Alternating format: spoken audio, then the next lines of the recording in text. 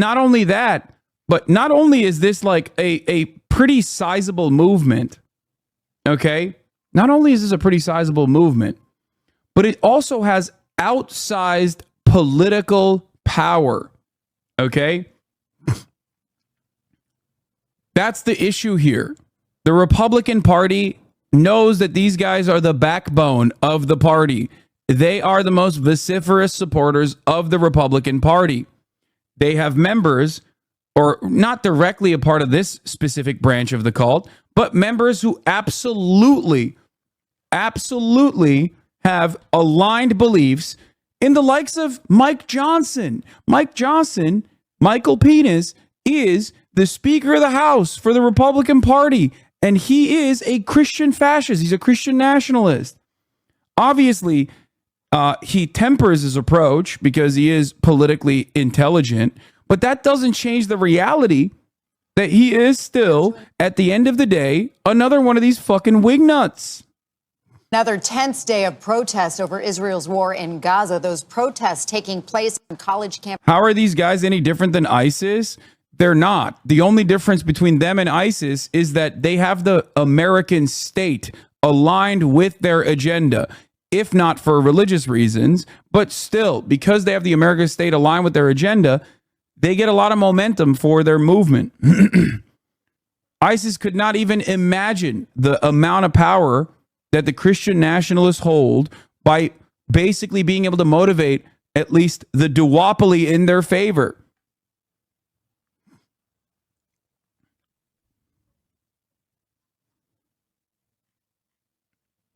Real fucking sicko, by the way. Real sick freak. Anyway, let's talk about the hundreds arrested at college campuses in the protests over the genocide that is happening in Gaza. And then we will talk about Michael Johnson. Michael Penis. Okay? Campuses now all across the country from coast to coast. Hundreds of people have been arrested in Massachusetts, Texas, and California. Nancy Chen is at Columbia University once again for us. It has been a flashpoint there for more than a week now. Nancy, good morning. Natalie, good morning to you. Here at Columbia University, students say their encampment is peaceful. Meantime, at colleges across the country, it has been a very different picture over the past 24 hours. Overnight, chaos erupted as police tried to break up a pro-Palestinian encampment at Emerson College in Boston. As the latest flashpoint in a growing movement at campuses nationwide protesting Israel's war in Gaza. On Wednesday, demonstrators clashed with school security at USC in Los Angeles after school police ordered students to move their encampment. Both sides of my family were displaced from Palestine, and I'm here using my voice because my grandparents couldn't. By nighttime, police shut the gates to the school and pushed pro-Palestinian protesters out. Also on Wednesday, hundreds gathered at the University of Texas at Austin, where they were met with a show of force as well. In New York, Republican House Speaker Mike Johnson was interrupted by loud booing during his visit to Columbia University. Get the fucked. epicenter of demonstrations calling for cutting all school financial ties to Israel and amnesty for students punished for participating in protests. He claimed the university is being taken over by a radical and extreme ideology, citing several recent incidents of anti-Semitic language by protesters on and off campus. I am here today joining my colleagues and calling on President Shafiq to resign if she cannot immediately bring order to this chaos. The school says it's making progress in negotiations with demonstrators. We need the National Guard, law enforcement, or someone to come in here and take control. Are you calling? This, by the way, is directly, okay? This, by the way, is directly antithetical to free speech. Free speech is not when you say something, you say hate speech, and then other people react negatively to you saying hate speech. Okay, sheltering you from the inevitable consequences of saying hate speech. Okay, free speech protects your speech against state suppression and state violence. So when he demands that the jackbooted thugs of the American state, militarized in the worst ways possible against these fucking peaceful demonstrators, he actually is trying to stop speech from happening. That is directly the opposite of being pro-free speech. And many Republicans will show their asses, whether it be Mike Johnson or whether it be Greg Abbott, the governor, who, as you guys know, had signed a law protecting free speech on college campuses in 2019. Some colleges are banning free speech on college campuses. Well, no more, because I'm about to sign a law that protects free speech on college campuses in Texas.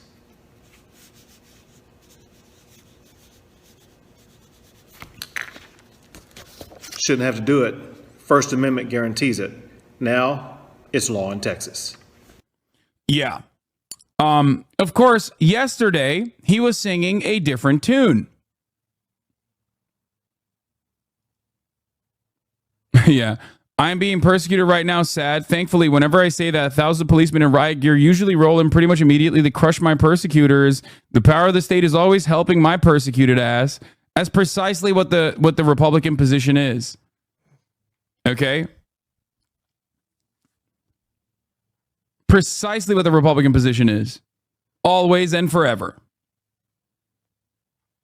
The reactionary position in general. This is why for years and years I have talked about the issue specifically of Israel and criticizing Israel on college campuses. Whenever I talk to reactionary right-wingers about this sort of thing, people that defend themselves as champions of free speech, they always showed their fucking asses. Hypocrisy baiting obviously doesn't really matter, but in this circumstance, hypocrisy at the very least showcases the point that I'm trying to make, which is that most people are not actually free speech maximalists. And free speech in the United States historically only goes in one direction, and that direction is right wing. There's always more free speech defense for fascists to come onto college campuses and disrupt the lives of the students that go there, but never the same attitude when it comes to defending free speech in the direction of, you know, socialism, disruptive protests that are against the American State Department. If Republicans are showing their asses, what do you have to say about the Biden administration colluding against COVID vaccination criticism, which ended up being based on reality via censoring on social media? That's not limiting free speech. Talk about hypocrisy law. I don't know if you understand this. Perhaps you can get this through your dense fucking skull. I do not like the Biden administration. Okay? And if social media is trying to suppress, as a private institution, trying to suppress misinformation from being spread about COVID vaccines turning you gay and autistic, okay, or whatever the fuck you think is going on with the COVID vaccines, which clearly made it to your timeline, if you are still in 2024, the year of our holy Lord, talking about how, like, the mass inoculations are going to yield mass deaths, okay, which seemingly has not happened. I don't know what to tell you. Perhaps there should have been more of that kind of misinformation being squandered and stopped from spreading. Baba? Selam. Şu kapıyı açsana, giysin Kaya buraya. Şu kapıyı aç da Kaya girsin içeri. Aha. Kaya. Come here. Come here, baby. Place. Kapat baba. Bilmiyorum. Hasan, we started an encampment at UCLA and would love to have you. I know. I'm planning on going there later today.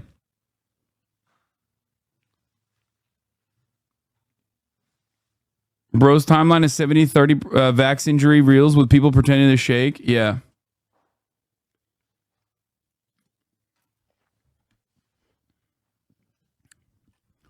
What are your thoughts on Ilhan Omar going to the University of Minnesota to talk to protesters? Are we beginning to see the state co-opt this movement? Do you think Ilhan Omar talking to protesters is the state co-opting this movement? Ilhan Omar is one of the only members of the American state, the American Congress that has always been on the side of Palestinians objectively. Same with Rashida Tlaib and some others. Ilhan Omar going to speak to the protesters is not the state co-opting the fucking movement. Trust me.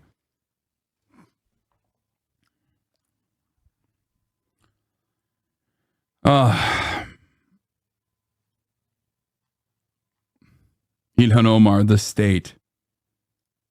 Scenes last night from Emerson College when the cops first showed up. Yeah, we'll talk about that in a second.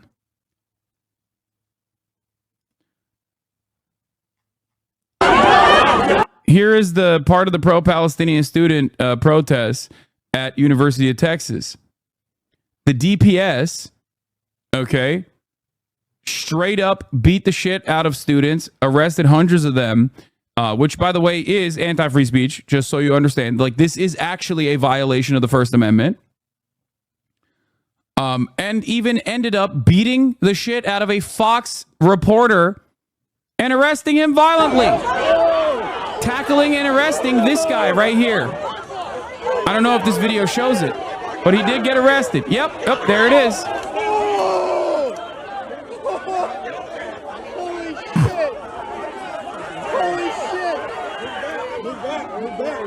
Move back. Fucking bags of potatoes, dude. Listen,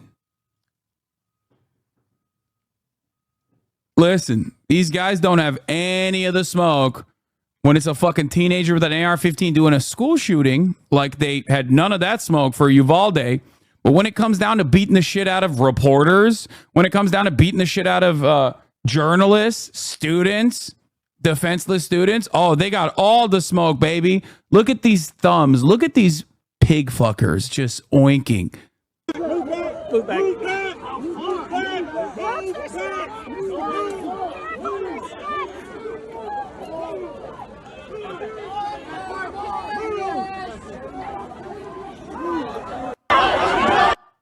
Yeah. Here it is. Cops when little kids are being murdered in their schools versus when college students are protesting a genocide.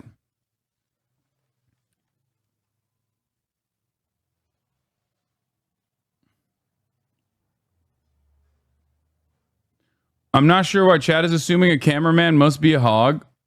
Did Fox News even comment on this? He was a Fox affiliate. Also, here's an update from Travis County. Travis County Attorney Delia Garza says, as of now, her office has been presented with 46 criminal trespass arrests stemming from the protests of the UT yesterday. The court has declined all of those cases for lack of probable cause and released the individuals from jail. However, the goal in that situation was to disperse of the protests violently. The goal in that situation isn't to actually arrest the students. It is to basically get them the fuck out of there and terrify the rest of the students who don't want to go to jail. It's called intimidation. State-sponsored violent intimidation. Okay? And that's precisely what they did yesterday.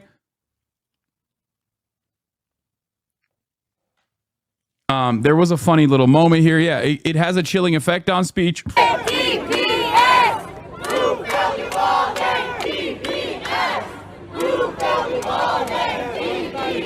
Maybe that's why they started fucking trampling on the students after that. They got really triggered and upset that they brought up the name Uvalde. They hate that.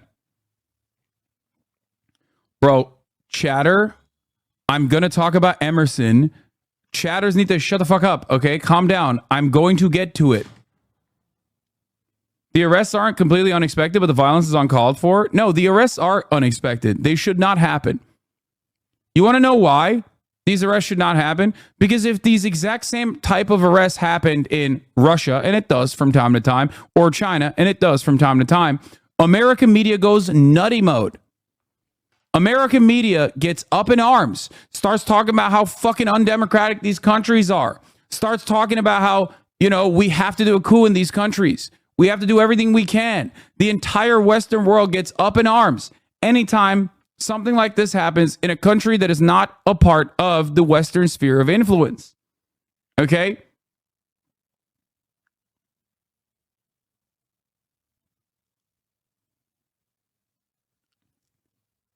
I know it seems like hyperbole. Imagine if this was China is almost a cliche at this point, but a guy hung a banner on a bridge in Beijing and it was reported by every single Western news outlet. A Wikipedia article was written on it.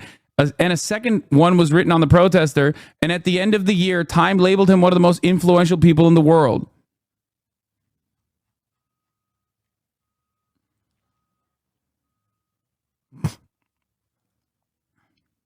But of course, it does not matter. Oh, here are the DPS guys, by the way. State troopers each appear to be carrying 100 plus of rounds of AR-15 ammunition at the UT Austin protest. Why do they need that? Why do these fucking hot dogs, these little piglets, need all that ammunition? What are they going to do?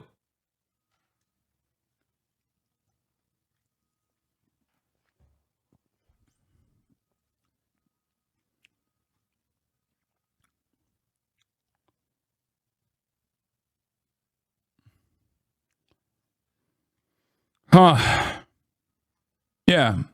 You need the NATO 5.56 rounds for those children, for the 18-year-olds who are like, don't do a genocide, please. That's unacceptable, goddammit.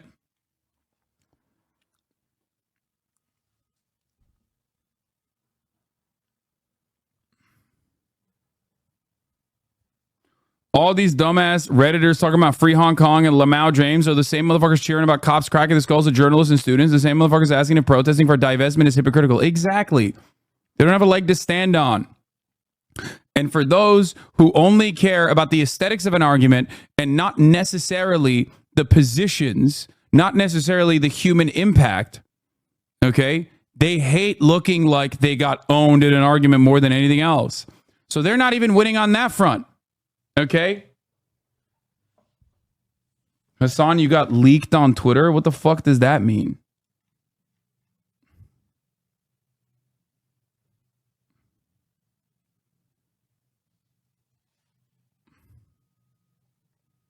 Leaked.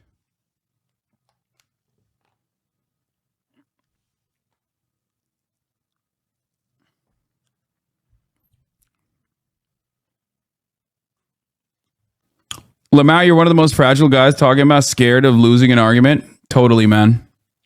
You definitely got me on that front. I'm so incredibly fragile. You're so correct on this. Yeah. I'm so unimaginably fragile that I'm begging, demanding that cops beat the shit out of 18-year-olds protesting against the ongoing occupation and genocide. You know, I'm begging the state to do what needs to be done. Kill these students. That's right. That is why you debated a 16-year-old the other day. I did not debate a 16-year-old the other day. I had a conversation with a 16-year-old who I did not know was 16 years old. We didn't even upload the video, and I urged others not to upload it either. And yet all of the DGGers who don't know the lore of their own debate daddy are running around talking about how I'm debating a 16-year-old. I was not debating him. There was no point where I was trying to get a gotcha on him when there was plenty of easy moments to do so. I was just trying to understand his perspective. And not only that, but also beyond that, hopefully, try to get him to understand certain things about what his state was doing. Having said that, however, there is someone who serially debates 15-year-olds, not even 16-year-olds.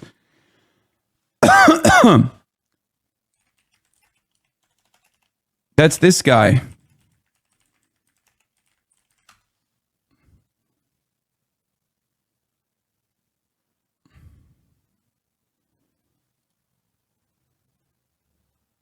Where is it?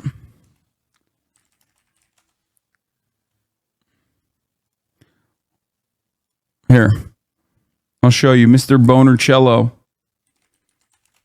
Wow, Hasan, you're so brave. Dude, this is not going to work on me, brother. It's not. It's not going to work. At the top of the hour, the bravery that you exhibit by trying to fucking hit me with this line so you can serve the 3-minute ad break is not going to happen. Yeah. It's just not going to happen. Simply.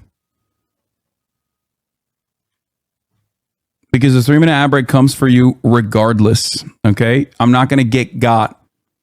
I'm not going to get got. Okay.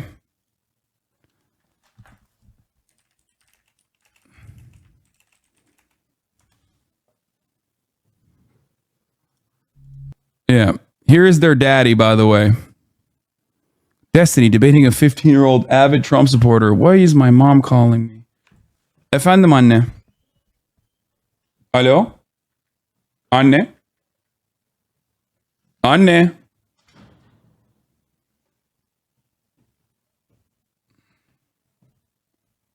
What's good? Oh, you're early, bro. I thought you were gonna come around 3. Damn.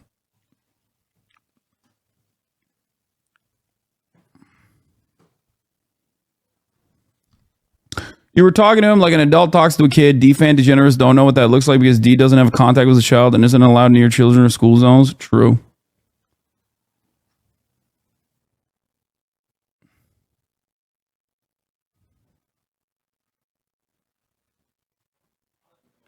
Yeah, but there is literally nothing funnier than people being like, yeah, dude, I can't believe you try to own a 16-year-old. It's like, no, I talk to adults regularly.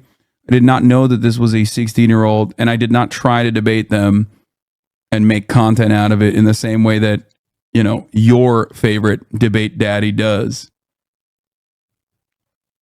But hey, you'll get him next time.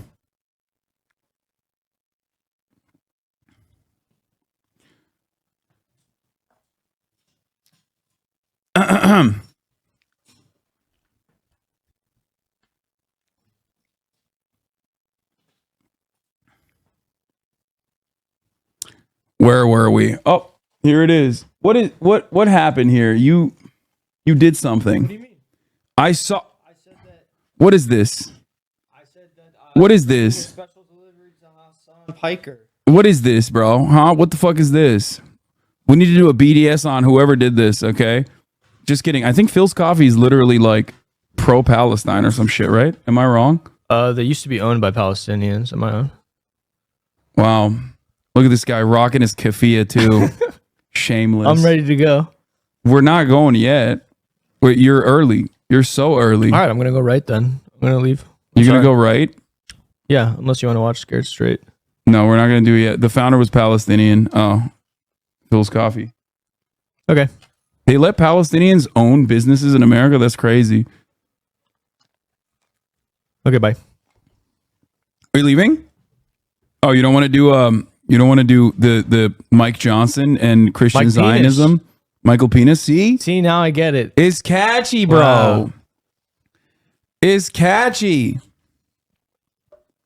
You're not gonna ask what I was doing. You're not interested in my day. You No. don't care where I was. Where were you? What did you do? No, it's fine. You don't have to ask. No, Don't go worry about ahead. it. No, it's okay. Don't worry about Go it. ahead. Come on. Come on, tell us. Yeah, make this about you. Well, I don't know. Like, make the you know, normally conversation- somebody comes down. You're like, oh, hey, how are you doing? What were you up to? You know, just like a normal person. Normal conversation. No, how are you doing, man? We weren't like doing broadcast in front of a sorry. stadium. Go ahead. My in bad. front my of a bad. stadium where we're talking about. My bad. Go ahead. What is this? You better rock the keffiyeh you got from Australia. I have it here. The problem is like it gets like This is Pally Roots. nice. I got it at a Palestinian protest in. Shout out Pally Roots. I got mine at a Palestinian protest in Melbourne because you know I didn't just like go online shopping. You know what I mean? Like a tourist. Yeah, thank you. I actually got it. I actually stole this from a Palestinian child. All right. I'm kidding. Yeah, you can't be joking like this, Sorry, dude. I'm sorry. That's red, which is Jordanian. I mean, it does matter. Red, black doesn't matter. I mean, it does matter. There is significance to the colors, for the record, but black is the official. Black and white is the official. Is the official Palestinian one. Okay, but this one is legit too. It has the same patterns. It has the olive tree branches. It has the nets, the fishing nets. I thought it looked good. It has the cages. Red also is for the PFLP, so he's more of a real one than me. The commies wear it. The PFLP and the DFLP rock the red and white. Sick. Okay, I'm sorry for interrupting. I'm The sorry. ones for told that the interrupting. Australian protests were owned and produced by Israeli hyper-Zionists. You're just making that up now. Yeah. All right, I'll go. No. Here. Let's we are just about to get to Michael Penis talking to Columbia students getting booed, and then going on Erin Burnett to also get booed again by Erin Burnett, who herself is not exactly fond of the Palestinian emancipatory cause, but still is dunking on him a little bit. Calling for the National Guard to come here. Desperate times call for desperate measures. New York Governor Kathy Hochul accused Speaker Johnson of politicizing the protest by coming to campus and said she has no plans to call in the National Guard, at least for now.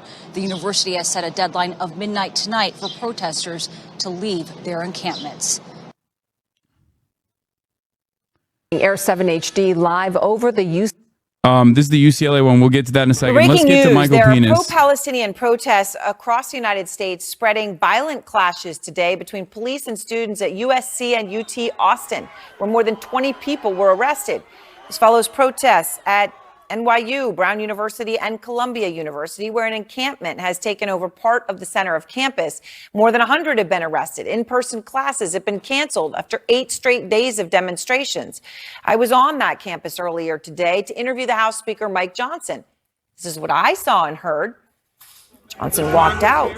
There were hundreds of people on the steps where he and other GOP representatives that he had brought along with him and his entourage spoke. They were, and I'm going to show you here, this is my cell phone video, chanting "Free Palestine," heckling, booing when Johnson called for the president of the school to resign. They were He's not such a friendly. fucking weasel They couldn't actually to hear do the this. speaker, which I can tell you is a good thing, because much of what he said would have incensed that crowd. And after the press conference, the speaker's team moved us inside into the Columbia Library, where the speaker did interviews. They put that entire space under lockdown because of that large crowd. So here's our conversation right after that, hundreds of people outside when we rushed inside the library, moments after that tense press conference. Speaker Johnson, thanks for your time. Obviously, there's a lot going on in Congress right now. You've chosen to travel to New York, and as you were just out on those steps calling for the resignation of the president of Columbia, there was heckling, there was shouting. It was not a warm reception. That's so funny. They just hit him with they're booing you. They're booing you to your face. Speaker Johnson, everyone is saying you're dog shit and you smell awful. What do you have to say to that? And then the immediate cut to the students booing him is so awesome. She's all. I mean, oh god, she. He also. One of the Muppets is behind him. One of the old man Muppets. The guys who are in the. You know what I'm talking about? What, this one? This lady, yeah. This lady? Yeah. Those two old guys that are in the. I don't, but you know what's really awesome to me is that Voice of America and NTD prominently displayed on the microphones, because those are obviously State Department and psychopathic CIA aligned anti-CCP cult operated NTD. It's great. It's wonderful. This is a cutout from Epoch Times for those of you who don't know, who is a Falun Gong operation. They are anti-miscegenation freaks. A lot of weird opinions. Okay, a lot of awesome opinions, but they're anti-Chinese state. So of course, America loves them. Enjoy your free speech. Were you surprised at all by what happened? Well, there was a sea of students who apparently have been involved in the protests here, and I'm not surprised that they didn't welcome our visit because we're calling out their activities. The point we tried to make today is that this is not who we are as Americans. This is not an expression of the First Amendment. This is not an exchange of ideas. This is threats and intimidation of violence against Jewish students for who they are, for their faith. And that's a terrible trait. Yeah, dude.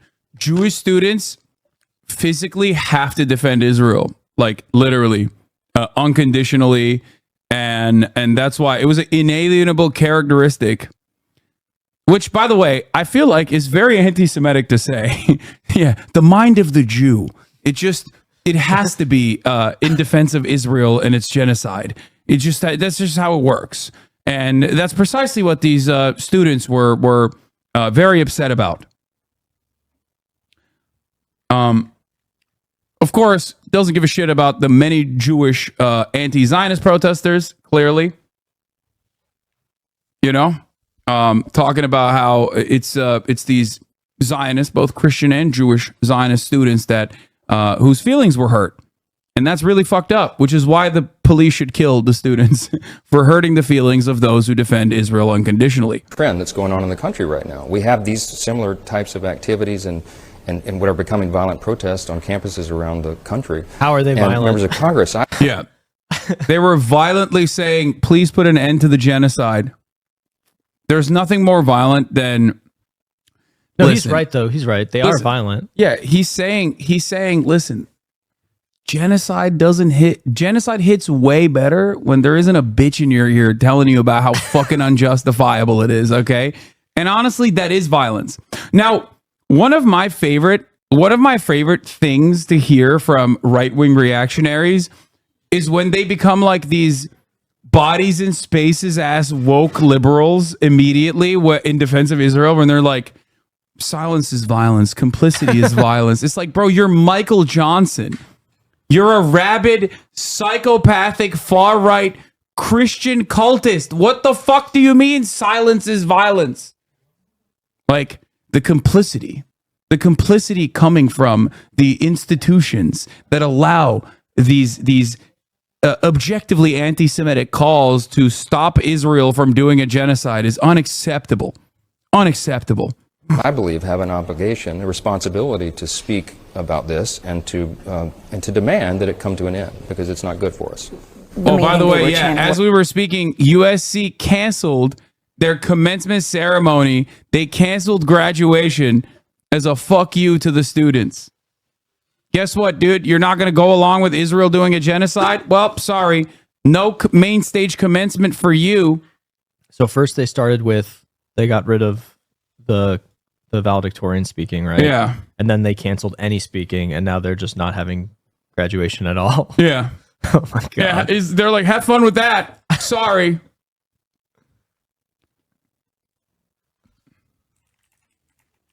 It's not shocking. Ironic that Israel defenders love doing collective punishment.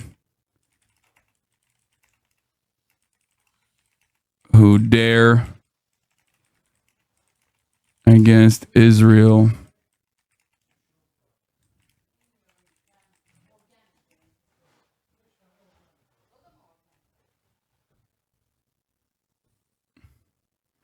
It's class of 2022. No, it's just a photo, man. That's just the fucking photo that they're using. Like, it doesn't... The article is not from 2022. The article is this, like, today, right now. Okay, here. This is USC cancels main stage commencement ceremony, April 25th, 2024. USC announced Thursday that it's canceling its May commencement ceremony, capping a dramatic series of moves that began last week after it informed valedictorian Asna Tabassum, who had been opposed by pro-Israel groups, that she would not be delivering the traditional speech. Fuck media literacy. We just need literacy. True. I think... No, don't read, guys. I think this community would benefit. I do feel like constantly saying reading is gay has had has caused irreparable harm in this community. I bring you books every time I come. I know, and then I make fun of you for it, and here we are. Now people are just like, what? I don't know how to read. What do you mean? Oh, unrelated, but related. I think we raised almost 10 grand yesterday. I don't know what org we're going to put from the with shirts? the t-shirts. Yeah. So good job, guys. Yeah, the org is called My Pocket. It's going straight to me. No. Yeah, that's right. You guys tell me where to direct it. I'll direct it there. Anyway, all right. Getting back to the situation at hand here. Michael Penis. Okay. Here it is. Was free Palestine. I'm going to pee real quick. How is that anti-Semitic? This is great. Well, what's anti-Semitic is that Hamas endorsed this protest today. Within the last 2 hours, they issued an endorsement statement and heralded the students here and said, this is the next generation of leadership in America. Let's go. If you're getting endorsed by Hamas, that's not a good look. It's not a good sign. Some of these students apparently are unaware of the atrocities of October 7th, or they're denying it. They deny that women and children were brutally raped and murdered, that infants were placed into ovens and cooked alive. What? The things that happened there are unspeakable, and yet they're out there waving flags for the very people who committed those atrocities. This is not who we are. Speaker, in those early days, I was in. It's like the babies in you the could smell the death and the bodies. It was horrific, and yet what's happened since has been horrific too. And there's a student here, a PhD student at Columbia. I wanted to quote him. He is Jewish. He has written a testimonial about what's going on here right now, his experience on campus. And he says, I'll read it to you, the most pressing threats to our safety as Jewish students do not come from tents on campus. Oh, Jonathan, I know Jonathan. On the material reality of war. He's the great. munitions our government is sending to Israel, which kill Palestinians by the thousands, and the Americans participating in the violence. Yes, yes, Jonathan, go off. The humanitarian catastrophe in Gaza. You guys follow Jonathan on Twitter. He's an abolitionist. He's really cool. Very smart guy. Is anti-Semitic in and of itself. I think there's always a place for debate in the free exchange of ideas, but let's not equivocate on what's happening with Hamas and in Gaza. This is a battle, as Netanyahu said, Prime Minister Netanyahu said, between good versus evil, light versus darkness, civilization versus barbarism. This isn't a close call. We have terrorists who preyed upon and attacked viciously and killed many innocent Israelis. And the idea... Isn't it so easy to be a conservative? I totally get it. It must be nice, just like to have the talking points at the ready anytime. What's up? I said it must be so nice to be conservative, honestly. They just get to say the same shit, the same bullshit over and over again. He talks about the babies in the ovens. Yeah, and it's like objectively untrue. Efendim. Hayır. Bilmiyorum ama gelemem şu anda baba. Idea that they would be out here in support of that. Yeah, I like that he said that do you know Jonathan? I do not. Do you? Cool. Yeah, he's cool. Okay. Yeah, he wrote a dope ass article about being a Jewish student on Columbia campus, where he talked about the threats to our safety as Jewish students do not come from the tents on campus, but I guess from police presence. Yeah. Yeah. Based. Which is very interesting that like Aaron Burnett is doing this though. I think this actually signifies a broader shift in attitude. The fact that like there's any kind of pushback, and I do think that it's because liberal media is always going to be genuinely antagonistic, like open Christian fascism to a certain degree until it becomes the norm, and it's currently still on the boundaries. It's currently still on the edges.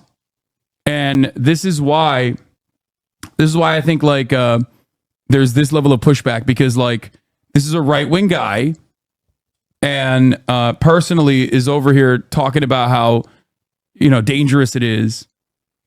Personally, how dangerous it is for Jewish students on campus, and she's saying that that's not the case. As I'll read it to you, the most pressing threats to our. However, does she offer pushback to anti-Semitic? This is a good question for the record. Hold on, I'm going to run it back again. Violence. Do you think that protesting the humanitarian catastrophe in Gaza, protesting the tens of thousands of innocent people who have died there, is anti-Semitic in and of itself? I think there's always a place for debate in the free exchange of ideas, but let's not equivocate on what's happening with Hamas and in Gaza. This is a battle, as Netanyahu said. Dude, it's so awesome, for me at least, seeing like these guys try to hit the Hasbara talking points in like rapid fire. You notice that it's like always, there's like a little bit of messaging discipline on this, right? But you come across like a fucking moron, like an absolute psychopath when you turn around and you're just like, Yeah, well, Prime Minister Netanyahu said, like, they're fighting good versus evil. Prime Minister Netanyahu said between good versus evil, light versus darkness, civilization versus barbarism. Civilization versus barbarism is fucking crazy. This isn't a close call. Like, him channeling that genocidal rhetoric is so fucking hilarious to me, because I don't think that this is going to play well to the broader CNN audience. I don't think that the CNN audience is going to be like, yeah, that's right. It is good versus evil. In response to a question that's, what do you think about the thousands of dead civilians and murdered civilians? Oh, it's good versus evil. Yeah, sorry. It's just I am an insane racist. This isn't a close call. We have terrorists who preyed upon and attacked viciously and killed many innocent Israelis. And the idea that they would be out here in support... Like, it is pretty funny that he's referencing light versus darkness, which was a tweet that the Israeli government put out and deleted it because even they recognized how fucking villainous they sounded. And here is Michael Johnson months later being like, no, it's light versus darkness. I mean, this is the straight up Nazi shit, by the way. That is just one-to-one Nazi rhetoric.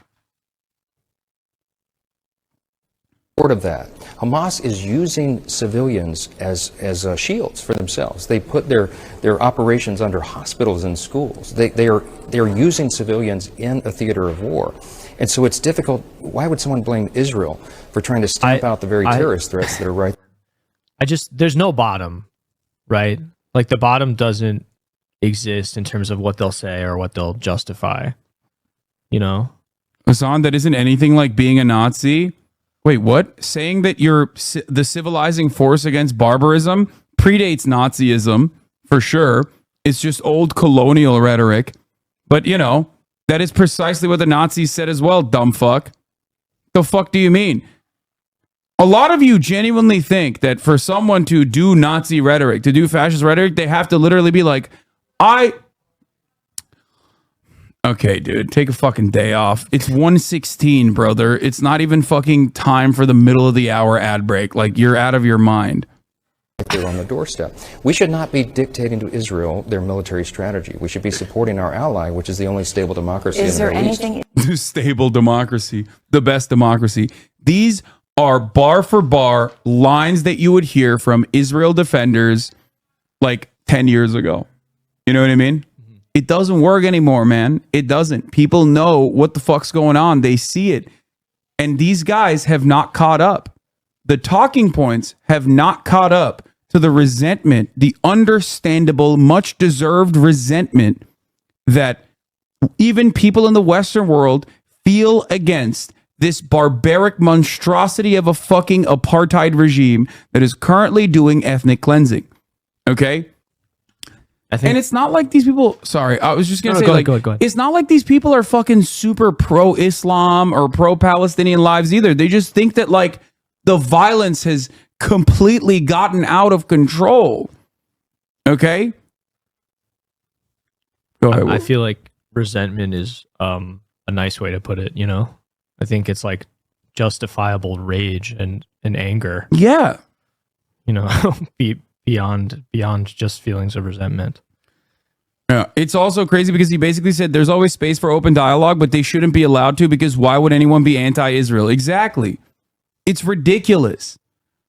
It's fucking objectively ridiculous that a very powerful Republican figure who is a Christian Zionist and a Christian fascist separately, even though Zionism is fascism, he's also separately a fascist in general for his own domestic affairs, to sit there and be like, yes, these protesters, these student protesters are peacefully protesting for their college endowments not to go directly in funding Israel's apartheid regime and Israel's genocide, actually have to be violently stamped out. You cannot hate Israel. And then he uses the wokest fucking quotes that he possibly can arrive at. Like he's talking like a 2014 blogger, like a BuzzFeed article writer, in the way that he's defending Israel from microaggressions. Like, I can't believe how much these pro-Palestinian students are actually manspreading, and they're mansplaining. Israel is small bean. Israel is a girl. Israel is feminist.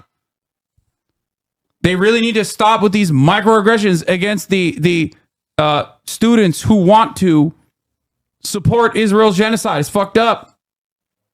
Israel could do that would be over the line for you? Because when you talk about stamping it out, I mean, many innocent children have died and are dying at Israel's hands and the IDF.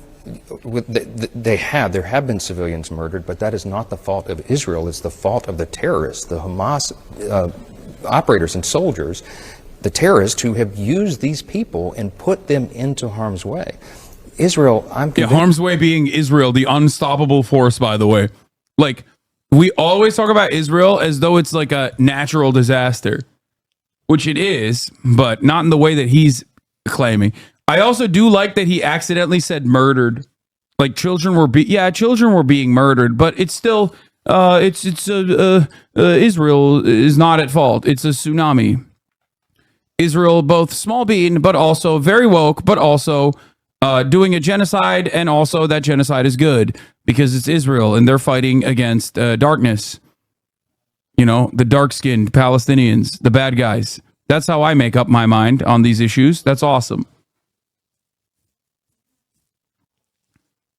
Just pure evil. Just pure evil, that's all. Yeah. Doing its very best to prevent civilian casualties. But this is a war, and they're fighting for their very existence, and they are not the aggressors. It is the other side.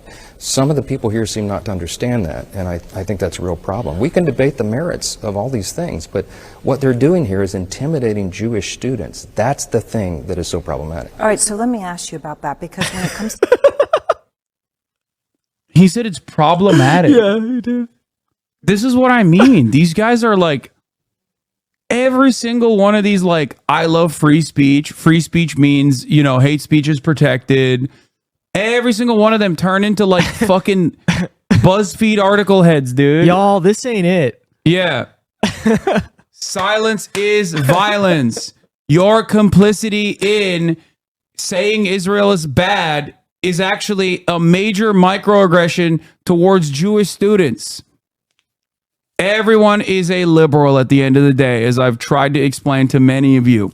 This is yet another perfect, obvious example of this phenomenon.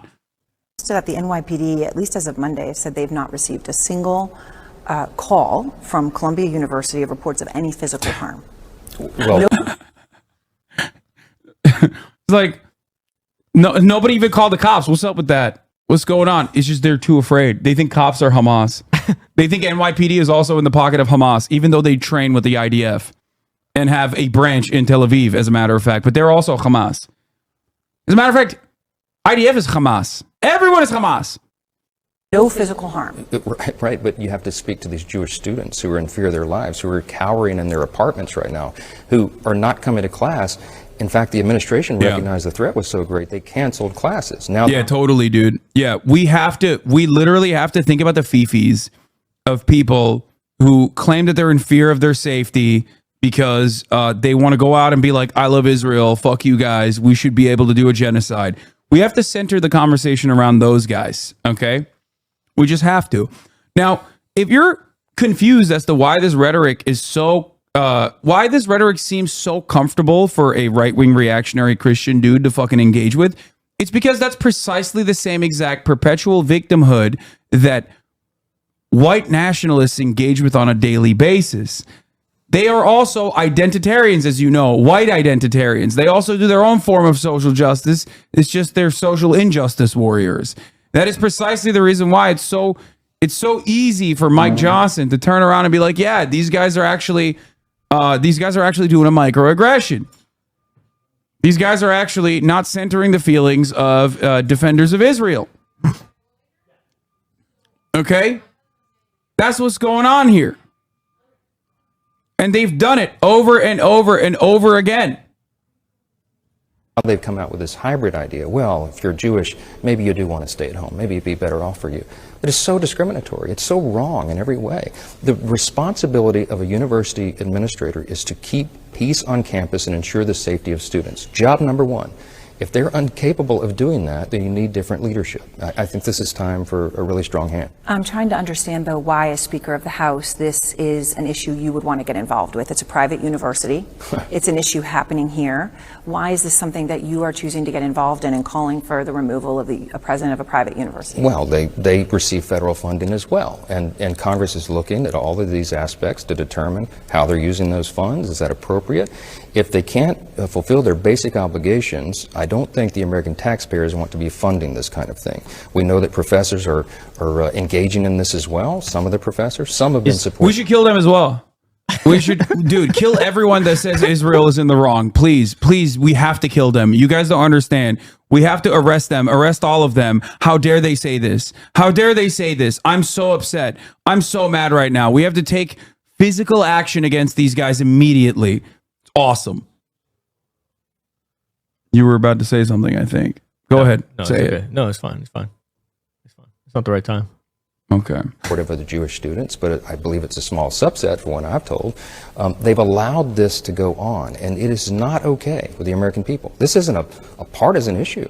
This is about right and wrong, and we got to call it for what it is. That's fucking crazy, dude. People talk about genocide and say that Israel is engaging in genocide. It is pretty funny that he's like talking about federal funding going to these institutions after, earlier today, like a couple hours after this conversation, Brandon signed a bill that gave $28 billion to Israel so that it could conduct its genocidal affairs. The fact that we're talking about like American people deserve to cut funding to Columbia University because they allowed some of the students to set up an encampment without killing them. Students who pay tuition. Yeah, students who fucking pay tuition, exactly, is ridiculous. These motherfuckers do not have a leg to stand on, okay? Just nothing. Nothing. Oh.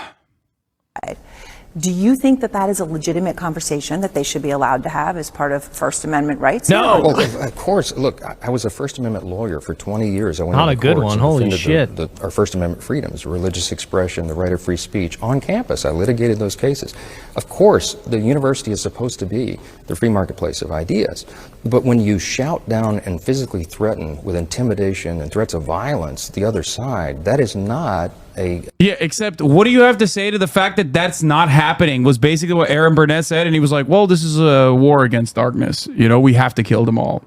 So I don't know what you're talking about there. Yeah, but what about Shai? You're not remembering Shai. Oh, true. Shai Davide. The number one victim of this all is Shai Davide, whose feelings are hurt.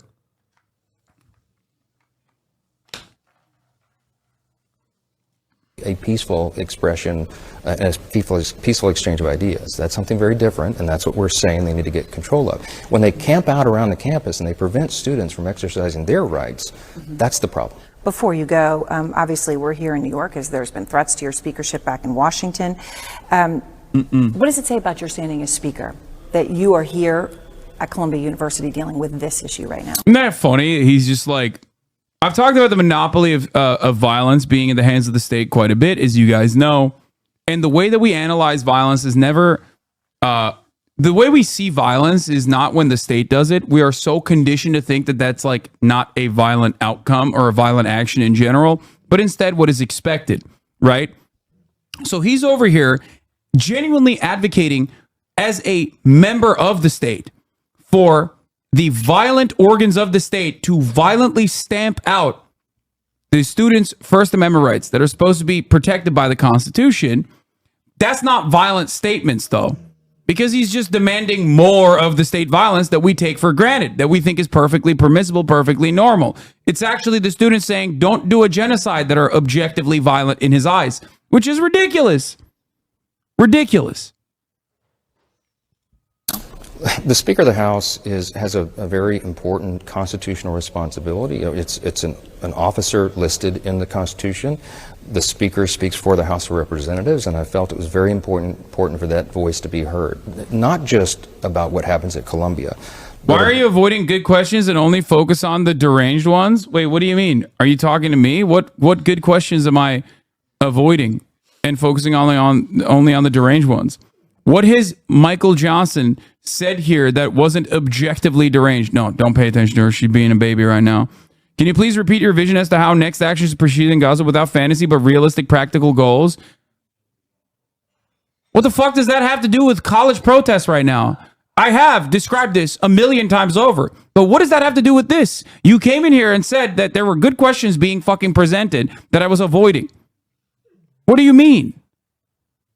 Go watch a million different videos I've cut on the subject matter, okay? The fuck? About what is happening right now around the country. And we have to stand unequivocally for the right and the good. And I'm calling on all my colleagues on both sides of the aisle to speak out against this. Yeah, both sides. Both sides. Both sides got to speak out against what?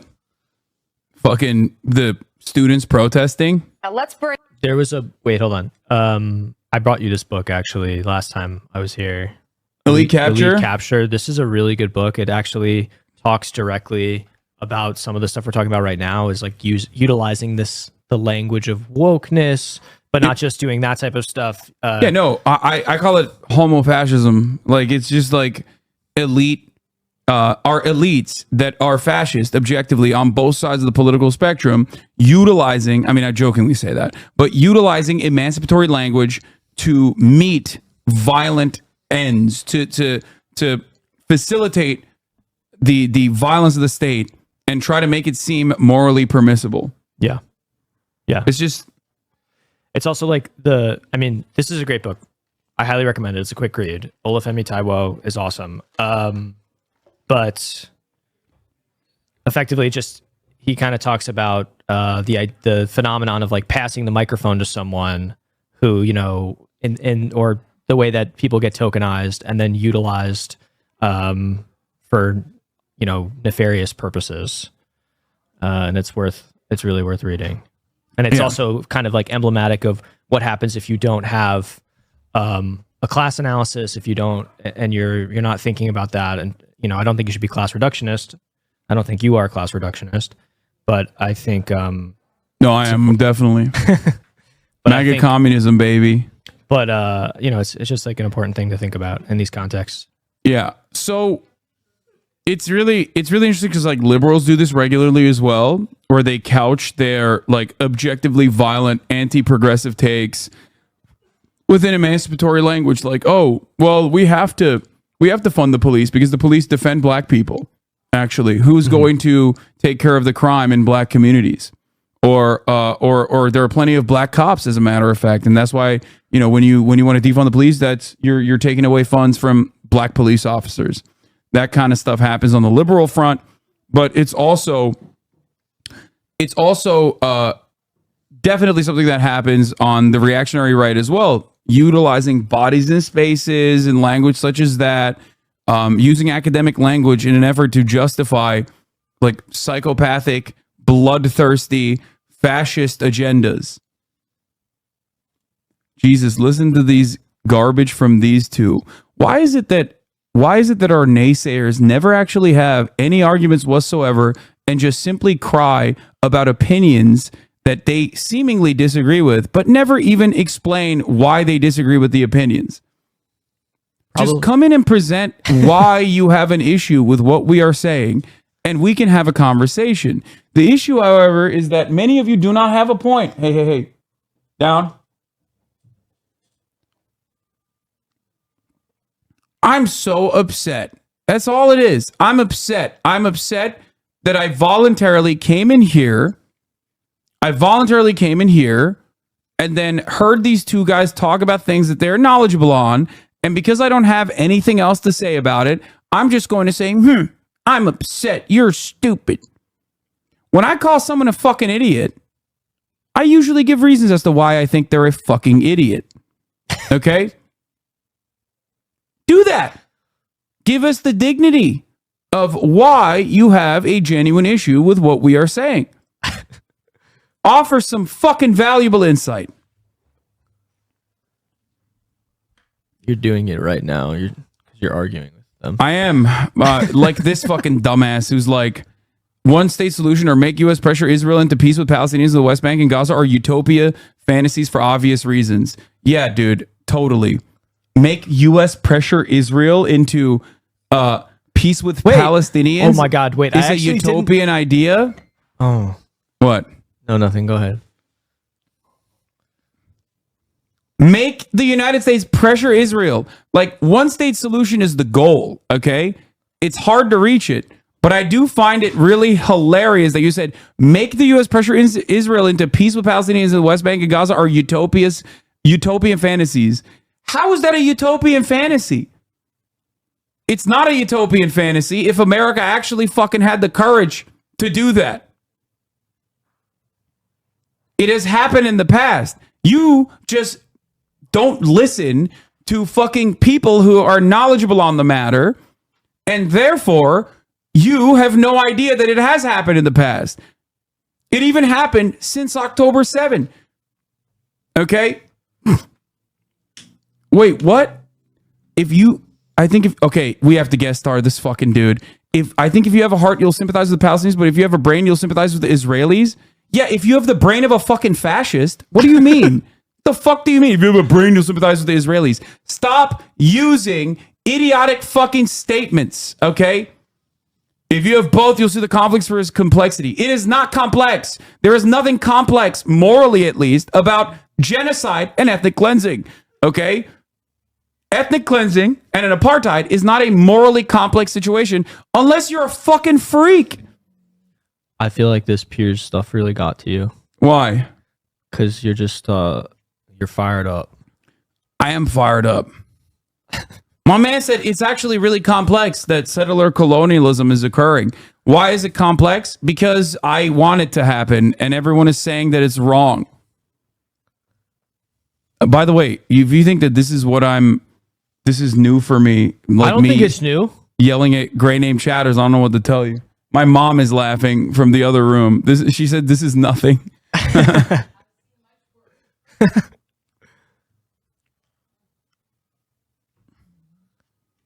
Anyway, it's complex, dude. Yeah. You're such an adult mental advisor. Bring in law. Anyway, you want to watch the vets disgusted by flag burning at anti-Israel protests? I didn't fight for this when they literally objectively fight for this. No.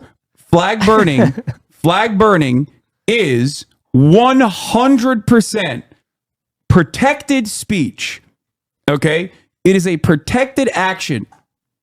Mm-hmm. Yes. Enshrined by the Constitution, protected by the American government, protected time and time again in Supreme Court cases, as I'm sure Lolo could offer, additional perspective on.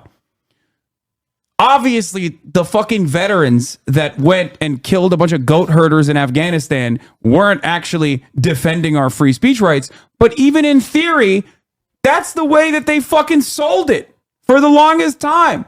So this guy is wrong even on the fucking propaganda front. By your own accord, AIPAC, a military-industrial complex, is here to say, so there's no way the U.S. would abandon its current status quo in Israel. The practical solution is to have Arab states pressure Hamas into surrendering the future bloodshed. Dude, shut the fuck up, dude. Shut the fuck up. What do you mean? Oh, because the military-industrial complex is here to stay, we just can't do anything? We just can't simply protest? We should just give up? What's next, dude? What else should we give up on? I mean, you are American, so you have given up on everything, you dumb fuck. This is precisely the reason why we don't have fucking healthcare. We don't have free college education. We don't have all of the other social safety nets that Europeans take advantage of, other social democracies take advantage of, because you're fucking cucked, okay? You're a peasant-brained, dumbass cuckold sitting in here talking about good things simply cannot happen, and we mustn't advocate for those good things, because guess what? It's never going to happen. You are just repeating your own nihilistic sentiment. It is an Ouroboros of an argument. You understand? You're like, good things can't happen because I don't think that they can happen. I've given up. So you should too. That's all you have stated so far. Now, obviously, when it comes down to the Palestinian plight, it's easier for you to not give a shit about them. So you're like, we just can't stop the American government. We can't pressure the American government adequately. So we should just stop trying to do so. When people are actually trying to do so, that's the only thing you have, because you have no moral courage. You have no moral conviction. You are a fucking sniveling little worm and a coward. Ridiculous. Am I wrong? No, you're good. I mean, it's just so wormy to be like, oh, we just simply can't do anything. The military industrial complex is here to fucking stay, so we can't do anything. Oh. Yeah. Let's go and pressure the Arab states so they can further pressure Hamas as though they have any fucking way to do so. The Abraham Accords already happened. Okay? How much pressure were they able to deliver to the Palestinian population who was already in a fucking pressure cooker created by Israel? October 7 happened because of this dumbass attitude that you have.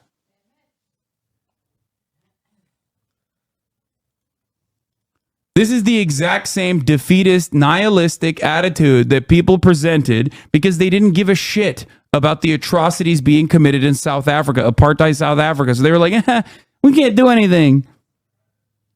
The same exact sentiment was represented by those who defied change in that situation as well. Sorry, good things can never happen.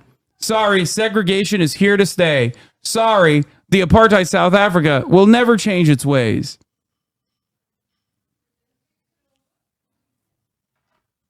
Utopian, my ass. Lawrence, who is in Pennsylvania, a swing state. It's neck and neck in that state between Biden and Donald Trump. And the governor of your state, where you grew up, down in Texas, Lawrence, says the pro-Palestinian protesters in Austin, they need to be in jail. He said anti-Semitism will not be tolerated in Texas. Well, it's clear where some of these people stand. When you start putting pro-Hamas... I got timed out, but Stewart's solution is practical and realistic. Who the fuck is John Stewart?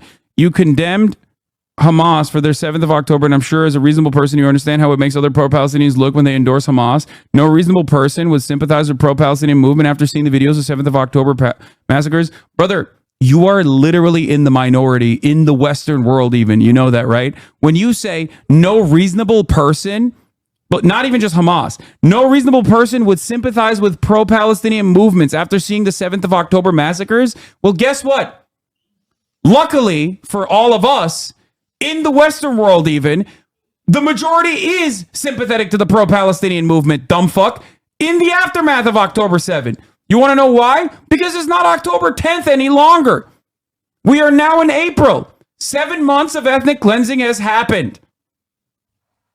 30,000 Palestinians have been ruthlessly slaughtered with American weapons and American political cover in the hands of Israel.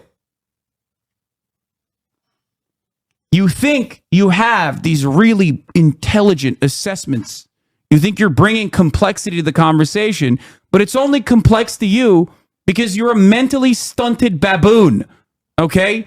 You have no emotional maturity, and you think good things can't happen, so everyone else must feel the way I do, not recognizing that the majority of the fucking planet is not in agreement with you, and even the majority of the Western world is not even in agreement with you, regardless of what our politicians do.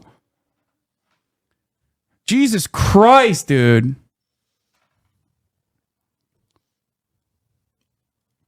Funnily enough, Ehud Barak tried to do this against everyone's warnings, including Clinton, before Camp David by talking to Assad in 1999 in an attempt to get around the PLO early on. It failed spectacularly and damaged negotiations irreparably. Exactly. You cannot think that you can just pressure the Palestinians when they literally live a life surrounded by death on a daily fucking basis, when every aspect of their lives are controlled by a violent Zionist occupying force that ritualistically humiliates them, tortures them, and traps them in prison, either military prison of the West Bank or the open-air prison of Gaza. And they do it in increasingly arrogant, increasingly callous ways because they think, well, the Western world is on our side. So no matter what happens, it's fine. That's how October 7 happened. Don't fucking sit here and act like you actually do think Palestinians deserve to live free. You don't. And you also, oblivious to the reality, think that there is no pressure to the neighboring Arab countries, Egypt, Jordan. Why the fuck isn't aid going in through Egypt? There's no pressure to Egypt. Egypt is a fucking client state. So is Jordan. That don't seem to help Palestinians. Stewart talked about it. Yeah, I'm sorry. I didn't know Jon Stewart's attitude was so fucking stupid. Yeah, fuck you, chatter. I don't know. You can come on board. I can invite you to the stream if you want to fucking dish out some of these ideas. If you can test your mettle in the marketplace of ideas, you know.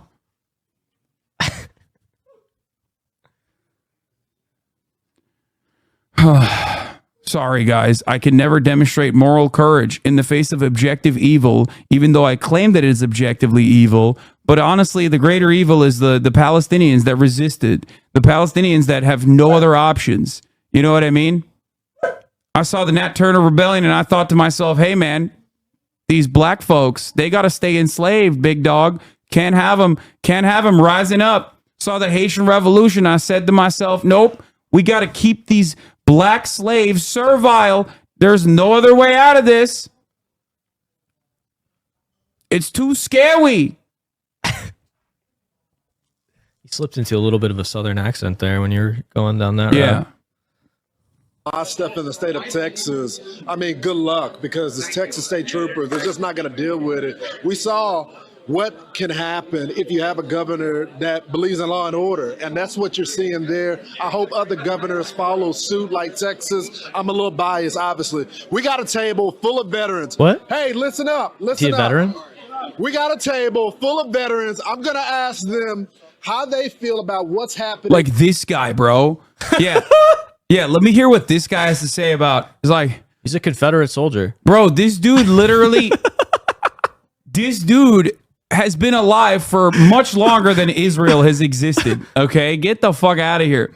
Most Israelis are afraid. I don't care what most Israelis are afraid of, okay? Because they'll become a minority in a very hostile state.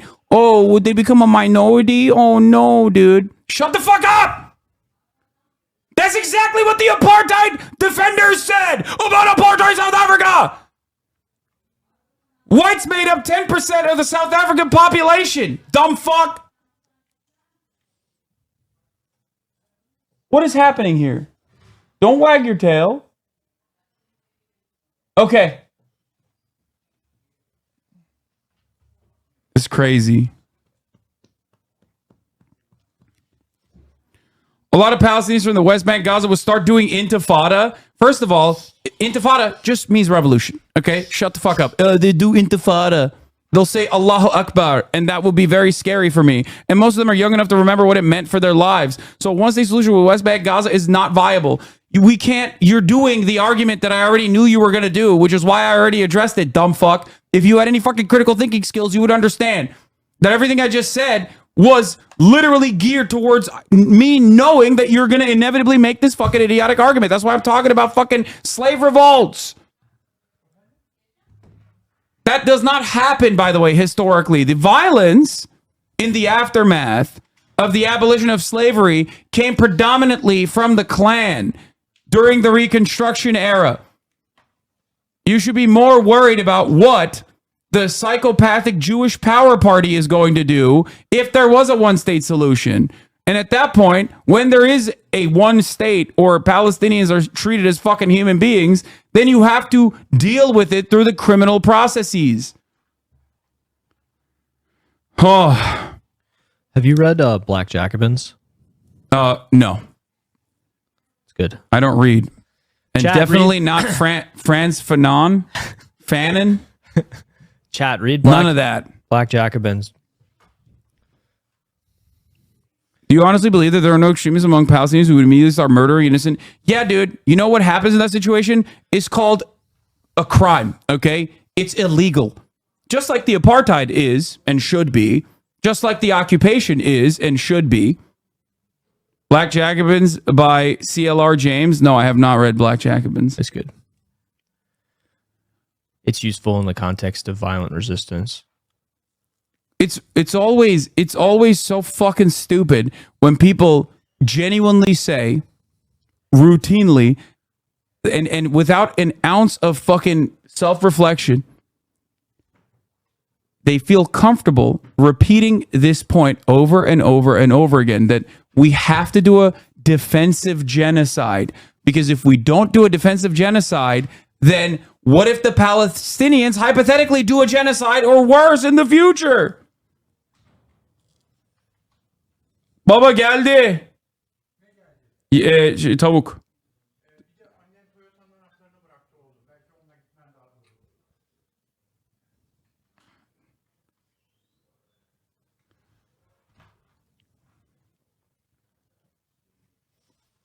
On the college campuses today. We even got a World War II veteran right here with us today. Yeah. So You'll have to import third-party people into Israel proper because currently neither populations want your one-state solution. I don't defend the current status quo, by the way. Just understand that there must be practical solutions, not fantasies. The one-state solution is not tomorrow, okay? It will not happen overnight. Shut the fuck up. It is the goal. It is the goal. And you find that to be unconscionable. You find that to be something that shouldn't happen. That's why you are sneakily and in the most wormy, cowardly way possible trying to fucking gear up against that. I'm telling you, I'm either going to ban you if you refuse the invite that I'm about to send your way. Either fucking speak your truth, okay? Either speak your truth on the fucking broadcast and accept this fucking invite, or shut the fuck up forever. Oh my God. You don't have to be here. I'm sorry.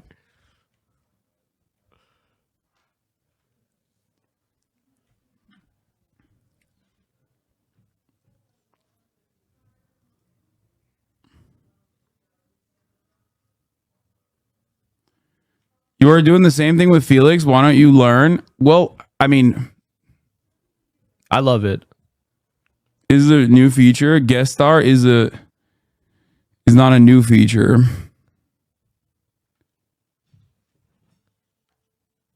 When opposition to something as basic as equal rights is seen not just as a political limitation, but as a moral problem, something has gone seriously wrong. Yeah, the wildest part about this is that like this dude is probably not even Israeli. Like this dude is just like LARPing as someone who is tapped in inside of Israel. It blows my fucking mind that Americans are just like such. No, I'm not Israeli. Exactly. I know you're not. Okay, I'll shut the fuck up. I'm not an expert on this issue to debate you. Bro, why are you chirping in here? What do you mean I'll shut the fuck up? I'm not an expert. But you claim to have so much expertise talking about how fucking utopian my solutions are. You have all the fucking smoke. You have all the smoke chirping from the chat. When I give you the podium, you're like, oh, I can't. I don't want the smoke. Like, what do you mean? Explain to me the complexities. Don't fucking run away like a goddamn baby.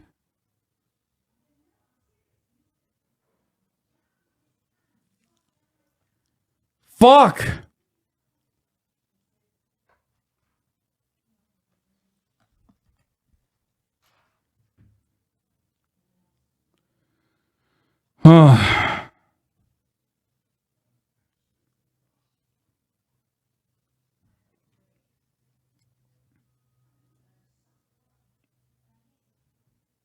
You have to import third-party people into Israel properly. You're like engaging in fucking pure fantasies about what you think must happen. What do you want me to explain? I have friends who are from Israel and know how they feel. Brother, explain it to me then. Go ahead. Join the fucking guest star so you can actually mount a reasonable defense instead of me fucking chirping at you writing. There's a lot of limitations with you just like writing stuff in the chat and me responding to it in real time. We're waiting. 25,000 people in here.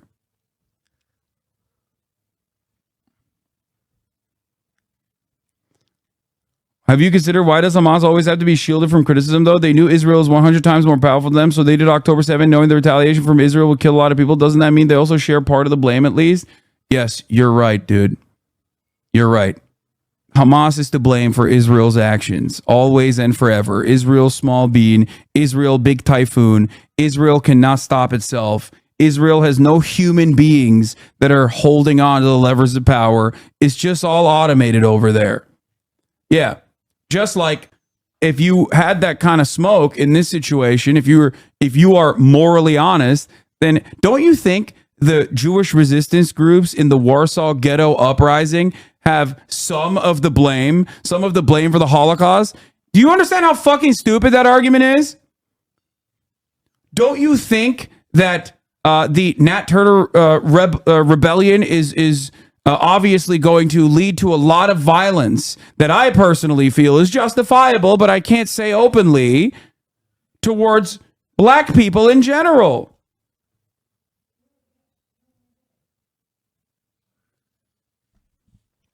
Yeah, the resistance fighters in France during World War II are partly to blame for the Nazi massacres done as a revenge for the resistance actions.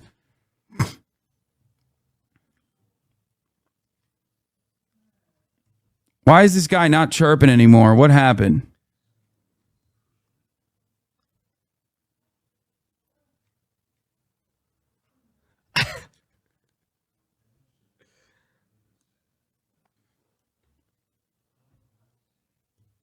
I'm an introverted person. I would be cringing too much. Sorry. I'm too nervous to do a sorry. I'm sure there are people from Israel who would gladly step in and debate you. I haven't researched this issue to refer. I was coming from a layman POV. Jesus Christ. Or like a lame man POV. God, that was not fun. Every single person acts like they are the foremost expert authority on the matter. And then when I'm like, okay, go ahead. Speak your fucking truth. Motherfuckers are like, oh, I'm just small bean. Never mind. When you see these pro-Hamas protesters on college campuses, what do you... That guy is just confused why a black man has a microphone. Okay? Like he's old enough to remember the abolition of slavery. Okay? You're like talking to Alzheimer's patients and being like, yep, that's right. Hamas. You think? They should be expelled, the ones that are the kids in school. Any come over on a foreign visa should be expelled. They should be deported. And Can't believe Rob agitators Reiner should is be saying not this. only arrested, but prosecuted and given time. It's the only thing that'll stop this. They got to pay for it. Thank you so much. Sir, what about you? I'm going to ask Nate the Great to swoop around a little bit. Tell me, what do you think about these protesters being all across the country? They say they're protesters, but they say the same thing as terrorist organizations. They are a terrorist organization. They self-proclaimed. Every one of them, you talk to them. Self-proclaimed. They're like, yeah, Hamas is like, we love doing terror. We are a terrorist organization. You hear them on the news, you hear them on the radio and on your channel, because you don't hear them on the other channels. Okay? It's just a one-sided thing, but they're all nasty, nasty people. They got nothing better to do with their life than to say that. And it is pretty cool to have this many old white guys and not have a single one of them say a slur, though. That's like, we've made so much progress. Yeah, that's a respectable feat, I think. At least they're cognizant that there's cameras around. that's it's so disgusting. I'm sorry. No, thank you so much for your service. He's too last emotional. right here. Tell me about, is this what you fought for people to go out there, burn the American flag? No. Not fight for our country. Oh, no, that is what you fought for. You fought for defending the Constitution, free speech. You did fight for that. You literally did. You're a fucking idiot. No. I can't believe how fucking stupid Fox News is. I believe in the First Amendment. However, there's constraints. And the people that are protesting are terrorists, in my opinion. That's fucking crazy, dude. They shouldn't be allowed to. I believe in the First Amendment, but there's limitations of the First Amendment, which is, things that I think are fucked up and wrong. You shouldn't do those things. I shouldn't hear. You have a right to say something outside of where I can hear it ever. Yeah. That's awesome. To do that. And law enforcement is restrained also. I have no idea why. Why? Why aren't they killing them? Why aren't they killing them yet? Election Zone, awesome. Speak over veterans. How about you fucking speak over the top of the hour ad break, bitch? Don't even try me with this Election Zone, because at the top of the hour, there is a constraint to the free speech, okay? For those of you who are not subscribed for $5 or for free. The limitation is you will not see the broadcast uninterrupted. You will see ads instead. Cap Calloway, thank you for the 5 gifted subs, allowing 5 people to not be limited in their recognition of the free speech that's going on. Here's the 3-minute ad break now. Say excuse me. No. Oh, you did it again. Yeah. That's so rude. In That front was of my 25,000 people, you did that too. Yeah. Wow. And guys, if I could, one last gentleman over here on the side, I'm gonna loop around, run real quickly. I think he deserves a run because he fought for our country, World War II veteran, one of our last living. Oh, George, I'm gonna turn you around. When you hear, yeah, George, when you see all these, He's kind of dripped up. Yeah. I like this guy. I mean, I don't know what he's about to say, but I like him regardless. Something fucking crazy. Protesting, they say they express their hate for the Jewish community. They stand with Hamas. They have Hezbollah flags. What runs through your mind? Is this something that you fought for? They're a disgrace to the United States and America. Burning flags, talking against the country. If they're not happy here, let them deport them like anybody else if they're not an American. It's a shame and a disgrace. We should put up in concentration camps and kill them. These veterans died and got injured and everything else, so they can. He was posted up at a protest Japanese against the United internment States camp. of American burn flags and everything else.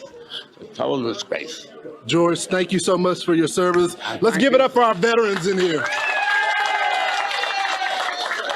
We got a big group of them. Hey guys, I'll send it back to you in New York. No. Now that I know, now that I heard from a guy who's like shitting in his diapers as we speak, my opinion on this has changed. Yeah, I no longer believe that you should be able to burn the flag. I no longer believe in the First Amendment. Thank you. Parents of American hostage speaks out after Hamas released video showing son. His parents, John Poland, his father, is joining us right now. And John, I know it must be very hard to summarize. Clean but beard, tell I will us say. what you were thinking and feeling as you saw that video for the first time. Sure. Good morning, George. Total mix of emotions. First and foremost, just huge sense of relief and gratitude to both see him and hear him. Something about that multisensory was really overwhelming. He's alive. Assuming this video is current, which we believe it is, he's alive. The flip side of that is we as parents know our son better than anybody, and we see a level of distress. We see some things that concern us about his health, not only obviously his arm that we knew was blown off. And so for us, we've already been fighting for 202 days at this point for his release and the release of all the hostages. It's fueled us even more. We need everybody involved in these negotiations to lean in, get this done, get these people home. What else did you see that gave you signals about his health? I feel like that's a crazy question to ask. What do you think on the Hamas tactics? What do you mean? How did his arm get blown off? I don't know.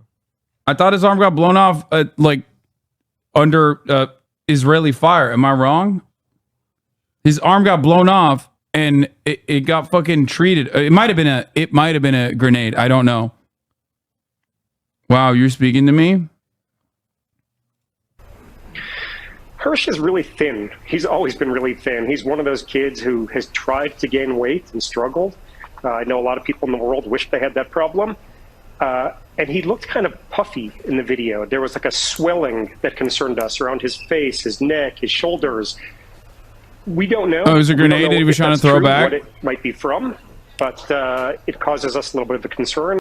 His arm was blown off by a grenade on October 7th, according to NPR. Thank you, chatter. We've talked to a few doctors. Why is his English accent so crisp? Because they're American, bro. What do you mean? This kid is American-Israeli dual citizen. So is the dad. Who have said that it could perhaps be a form of edema, could be a form of low-protein diet. But there are some things that we see that cause concern and, like I said, further fuel us to get Hirsch and the 132 other Hirsches, each of whom has families fighting for them. We got to get them home. Rachel Goldberg, Hirsch's mom, is joining us as well. Rachel, these guys are. I'm pretty sure these guys are the days. Is that what they're wearing? I think so. Yeah, I'm pretty sure they're at the forefront of the anti-Netanyahu protest. By the way, like, while on the one hand, I don't know what these guys' own personal perspective is on making Israel continue the bombing, but I do know that almost every single parent of a hostage that is currently trapped inside of Gaza is understandably currently, for pragmatic reasons, anti-bombing the Gaza Strip. Anti-bombing the Gaza Strip to retrieve the hostages, their family members. You just heard John talk about his reaction to the video. What was yours? I mean, it was extremely emotional. Lots of tears. To be honest, I wasn't even listening to the content. I was just hearing my only son's voice and seeing him move and trying to look into his eyes. And any parent, and anyone who has parents can imagine, after 201 days, more than half a year of doubt and fear and angst and trauma, to have that, it was very bittersweet. And it was truly overwhelming. I can imagine. Had you had any assurance before you saw the video that he was indeed alive? Well, we had been told by our intelligence officer, who's been with us since the beginning, that the families where it is known that their loved one is tragically not alive have been contacted, and also the families where there's a high suspicion that their loved one is not alive has been contacted. And so she is always saying to us, every day that we have no news is good news. So the working assumption was, please, hopefully. How many hostages do we know? Do we know a body count for killed by Israeli bombing? I mean, at this stage, every single hostage that has died most likely died like because of Israeli bombing campaigns. I don't know the exact number. I don't know the exact number of how many hostages are still alive. I do know their numbers have been reduced dramatically. Hamas claims that 70 were killed in the bombings. Yeah. I've said this before. The hostages themselves are a bargaining chip for Hamas. It is the only thing that they have. It is the only thing that they have in their hands to stop the endless bombing campaigns, to make demands of the apartheid regime, from the apartheid regime. So there's no reason for them to go around and start shooting their own fucking hostages when they literally did an entire military operation into Israel proper, specifically to extract them and kidnap them.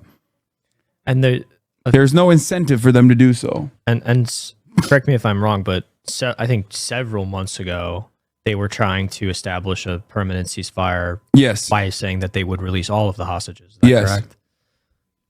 Yeah, absolutely. From the jump. And almost every single hostage that has been released has actually echoed that same sentiment, that the Palestinian resistance forces took every initiative they possibly physically could to defend the hostages, including, but not limited to, putting them under mattresses as Israeli fire was occurring above them, and putting their own bodies on top of the mattresses to specifically shelter them from the bombing campaigns. Now, this doesn't mean that they were doing this out of the kindness of their fucking hearts, okay? I want you to understand something very important here. This is simply just rational behavior, because no matter how hard the media tries to present the Palestinian resistance as irrational, barbaric monsters who are only operating on the boundaries of anti-Semitism, and they took the hostages so they can have to make these hostages their fucking playthings or whatever, the reality of the matter is very different. Day one, the Hamas officials, I think it was Abu Ubaidah himself, directly stated what the reasons for why they took hostages was. Number one, They said anything that befalls upon the Palestinian population as retaliation will happen to the hostages as well, because they are here. They're in Gaza. Whether it be shutting off our food supply, whether it be shutting off our electricity or clean water, or the relentless bombing campaigns. Okay?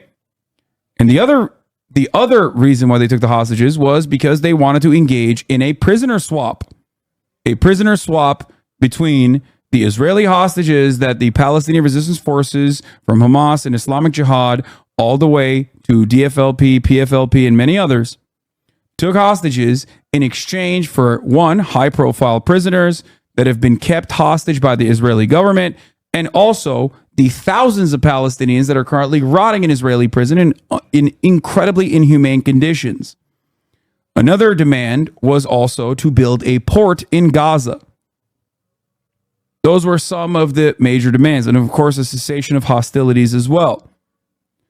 But of course, Israel reacted in the predictable way that they were going to react, which is unimaginable violence. They also took over 30 IDF officers as hostage. Not all are civilians. Yes, of course. Absolutely. Let's be optimistic that he's alive. But this obviously was much different than sort of a working assumption. John, what else can you tell us about your contacts with the American and the Israeli government? So we continue to say that the American government, the Biden administration, Congress, people from both sides of the aisle have been incredibly supportive of us and of all of the Americans who are held. There are currently 8 Americans still being held. We get updates from the administration. Their doors are open to us every few weeks. We're either there in meetings in person or on Zoom. So the support has been really, really remarkable. The Israelis are deeper into things, obviously. Our updates tend to be a little bit more tactical. I don't need to say that it is such a complex situation, but it feels like so many people in the region on all sides are just tired of the trauma that we've all been under since the 7th of October. And hopefully at this point, we can get all of the parties to really just go in a room, lock themselves in there, and not come out until we have a deal to release our 133 hostages and to reduce the pressure all over the region. We all share that hope. Finally, Rachel, what is your message to Hirsch and all of our viewers? Well, to Hirsch, every single day, many times a day, I'm always saying to him, we love you, stay strong, survive. We love you, stay strong, survive. And I definitely, more than ever, after seeing him and seeing that he is clearly medically compromised, medically fragile, that is my continued plea to him, to his soul, to hear me, and to people who are watching this to remember that there are 133 Hirsches. Every single person there. What does it take to convince them that more bombing is less likely to find a hostage's life? They know that, bro. George Stephanopoulos is just not directing the conversation in that direction because he's a piece of shit, okay? They know that. They're protesting against the Israeli government right now. Do they care about the Palestinians? I do not know. Many of the protesters, and there are tens of thousands of them in the fucking streets of Tel Aviv almost every fucking day, okay? Many of them do want the bombing campaign to continue. They just want it to stop for now to extract the hostages and then continue the bombing campaigns. That's it. I don't know about this family in particular. Has a family, has a life, has dreams, has aspirations. And when we think of them as one number or one monolithic group, we do them a disservice. These are people from 25 different nations. There are Christians, Jews, Muslims, Hindus, Buddhists, and it's an age range. The youngest is now a year and a half old, which is tragic that Kfir Bibas has spent so much of his childhood in captivity, and the oldest is an 86-year-old grandfather. We must remember these people. They are human beings, and we must get them out, no matter what it takes, no matter who you are. This could be your son. This could be your grandfather. This could be your daughter, your sister, your spouse, and it's time. Those are very powerful words. We love you. Stay strong and survive. Thank you for joining us this morning. Air 7H. Has George Stephanopoulos had a Palestinian family member whose entire family has been wiped out on his broadcast in prime time? Fuck no, dude. Are you kidding me? They're not human beings. Of course not. The video of the hostage, by the way, Time Without an OWO, says the video of the hostage was not shown on the two largest channels, 12 and 14, and Channel 11 called it psychological terror. They hate the hostages. He's talking about Israel. In Israel, they fucking hate the hostages. They think that the family members of the hostages are fucking up the bag. Okay? Straight up. And yeah, Chad, there is actually going to be a massive nationwide protest on Saturday to call for hostage deal in elections. Yes, the Israeli right in particular, 1,000%. No, they're not. What do you mean, no, they're not? First of all, Christians, Muslims, pagans, Jews. What? What are you saying? What's up? Hold on, sorry. I just tweeted this. If you're in New York City, someone DM me at FIT. They're looking for protest support there. They have an encampment there. They're looking for bodies. So if you're in the city, you want to go help out, just FYI. Nice. Pro-Palestinian protesters say they're committed to this fight during the UCLA demonstration. Live over the UCLA campus, where pro-Palestinian demonstrators have set up a large camp on the quad near Royce Hall. Eyewitness News reporter Rob Hayes is live on the ground in Westwood with the latest. Rob. Yeah, the crowd here has been growing steadily over the morning. You take a look behind me, you can see well over 100 pro-Palestine demonstrators, about 40 to 50 tents set up here in the UCLA quad. They're calling this a Palestine solidarity encampment. The message here, end the Israel-Hamas war immediately and reach a permanent ceasefire agreement. The protesters have issued a list of demands that include divestment of all UC and UCLA Foundation funds from companies tied to Israel. They also want the university to call for an end to the Israel-Hamas war, and they want an academic boycott by UC against Israeli universities. Now, we just spoke to one of the organizers. Here's what she had to say.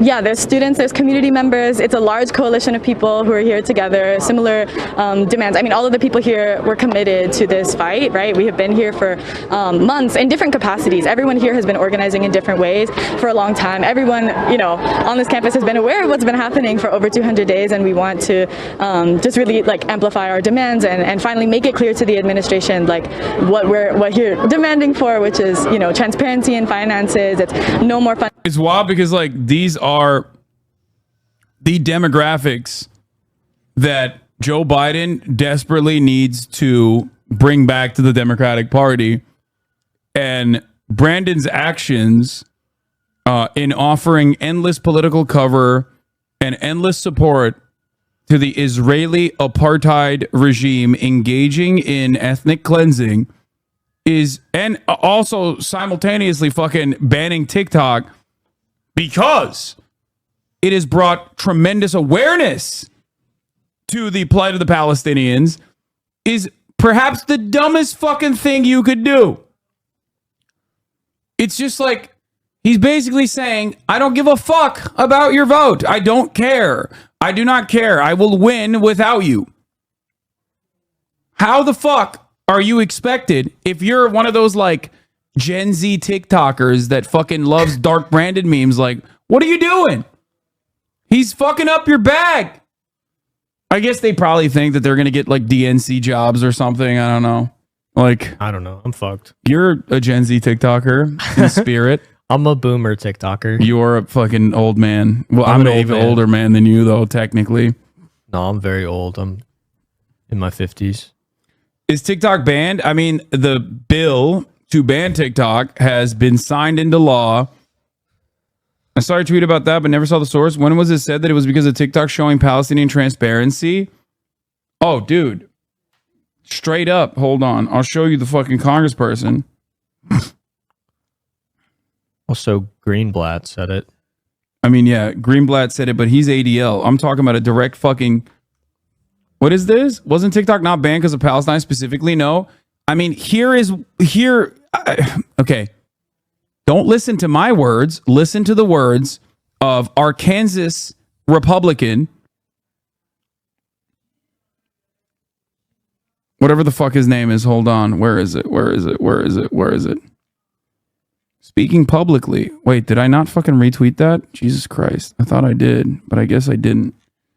Hold on. Here.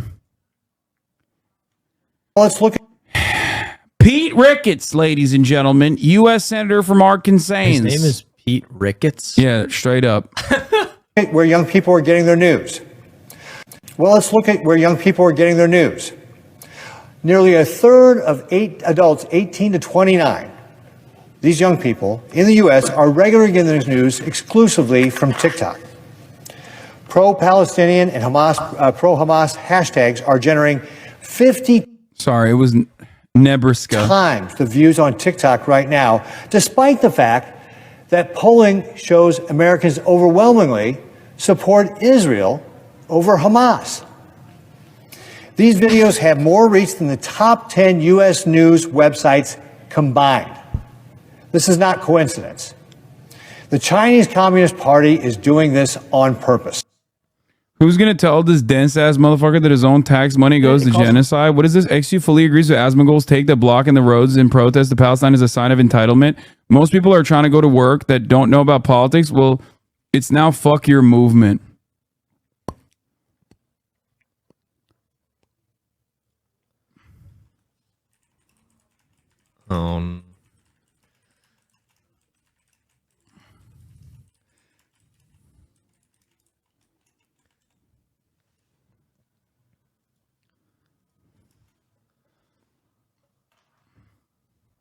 Bunch of people with flags. That's, in my opinion, it causes more damage. Most people that are in the streets in their car trying to get to work, and if they're like on the edge, they don't really know much about politics. There's something so funny about these dudes literally not chirping about not speaking about Palestine at all for the most part, only to fucking chime in when they're like, man, really fucked up that these guys are protesting against fucking ethnic cleansing. Why are two guys who stay home more than anyone worried about traffic? Well, this is just, They're just trying to make meets end. They just trying to work like a low-paying job, stuck in traffic, and they're like kind of in the middle of this conflict they don't really know much about. And they see a bunch of people with flags that are sitting down them, and they can't get to work, and they lose money, and they won't be able to make ends meet and feed their family because they can't get to work. What do you think these guys are gonna think? It's just so noble. I don't give a fuck. Now at that point, I'm gonna be honest. dude, he knows how to do good protest. Yeah. Okay, he does. He does, man. He does know. He's just, guys, you don't understand. He's not just fucking chirping about anti-genocide protesters and just sitting on a fucking pile of money talking about the plight of the average man, okay, and using that against, ongoing genocide protests. He's actually telling you what the best methods of protests are, because he is, of course, very knowledgeable about how these things work, okay? With you, fuck your movement. Like, fuck y'all in the streets. And that's not what I think.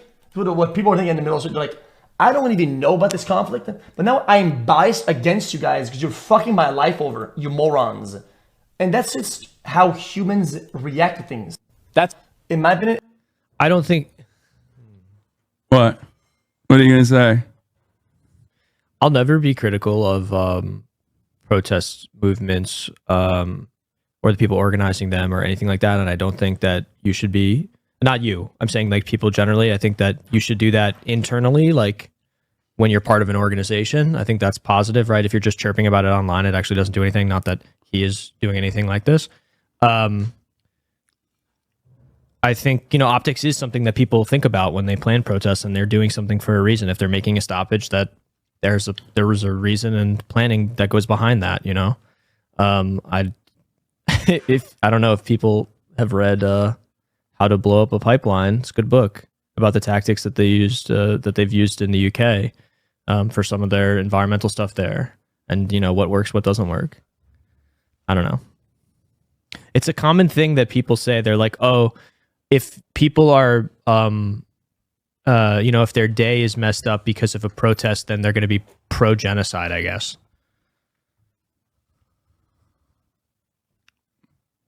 I want to, is this too much? Is this? What is it? No. Don't do that. I kind of want to put it. I'm not gonna. Don't do that. You don't think I should do this? No. No. And be like, listen, dude, he knows all about what's going on in Gaza. He reacted to it. That's crazy. Yeah. It's really funny because I think in his response to everybody yelling at him, he was like, well, Hasan is covering Gaza too. Like that was his. He was like, why is nobody getting mad at the political commentator raising at the time $1.3 million in funds for the Palestinians? Like, why don't they have the same smoke for him? Wait. Twitter likes you right now. Don't make him mad at you instantly. This isn't fake. This is a real image. Oh no, this is a real image. Yeah.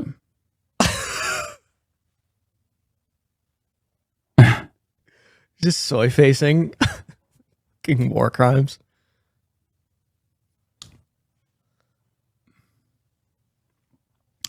Anyway, protest is meant to be disruptive, okay?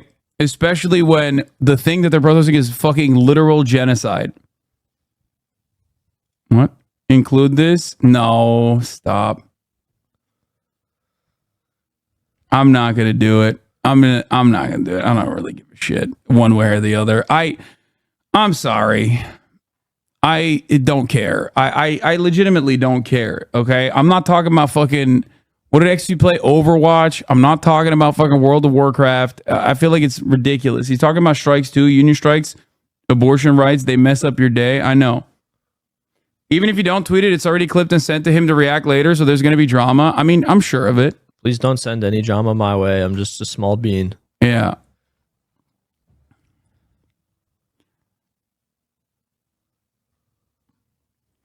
The thing is, the real take here, if you really want to fucking be annoying, why am I giving them advice on how to be more annoying? I'm not going to do it. Never mind. Go ahead.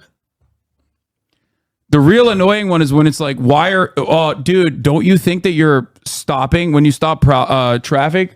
What if you're stopping traffic for a husband sending their wife to chemotherapy? Mm-hmm. That's what you're supposed to do. You're supposed to go extra hard and be like, what if this protest is stopping someone from reaching life-saving medication in that moment? An ambulance on the way to the hospital. Except you can't say the ambulance on the way to the hospital because obviously they do have, it's one, illegal to stop an ambulance, and two, protesters that do stop traffic have obvious protocols for that sort of thing.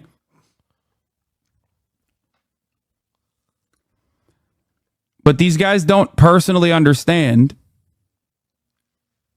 They personally don't understand that, like, those working class individuals who are late on their way to work that will get mad should be infinitely more mad that their tax dollars are going to fund this genocide.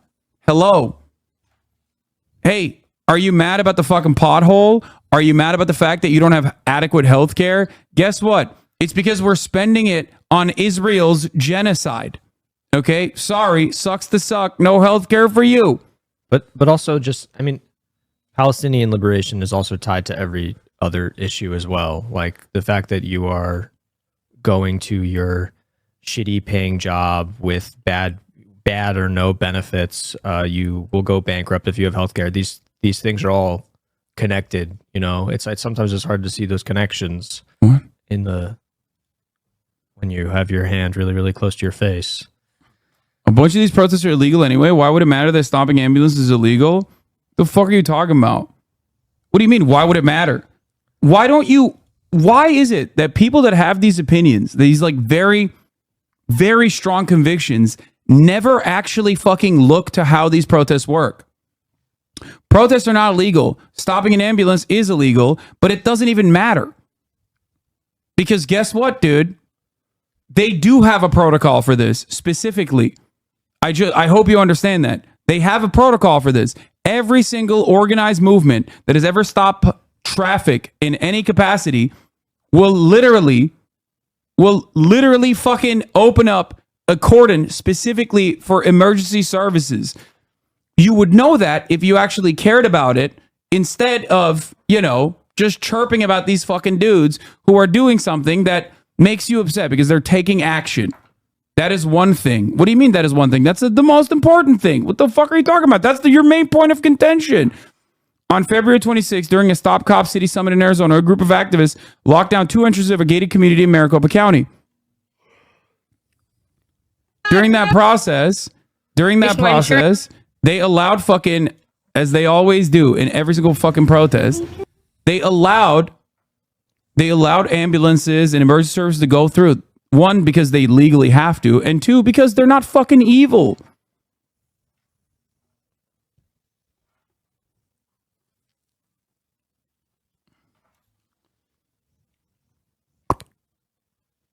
I find it weird that the U.S. will easily put strict parameters on the freedom of assembly and petition. Meanwhile, it's almost impossible to put parameters on the Second Amendment. Yeah, you can't do that because guns are fun. So how dare you? Anyway, there was more I wanted to cover on this issue instead of fucking talking about what XUC's takes are or whatever the fuck.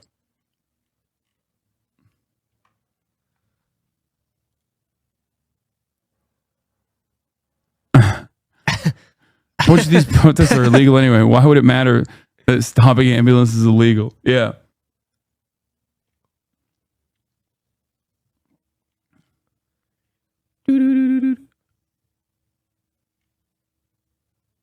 Oh, here's the father.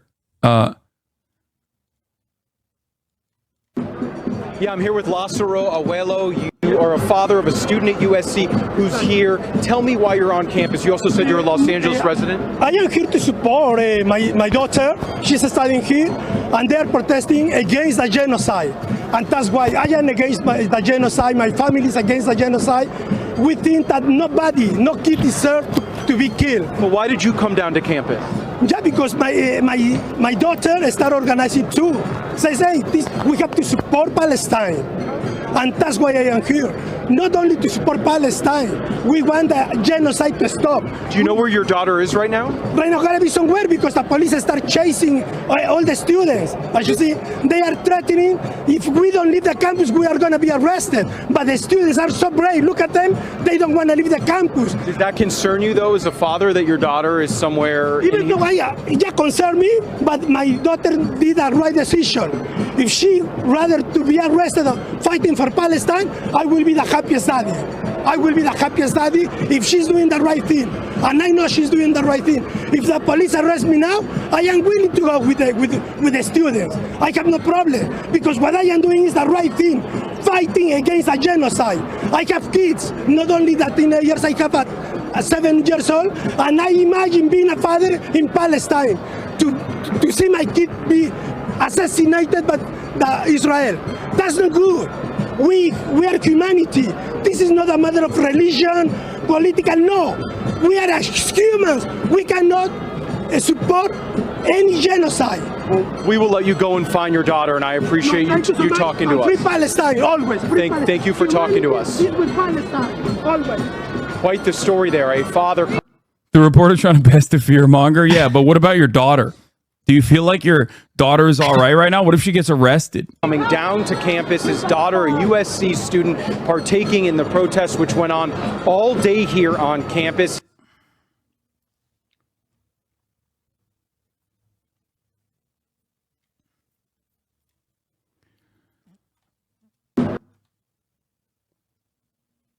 That's sick, man. That's awesome. That's wonderful to see.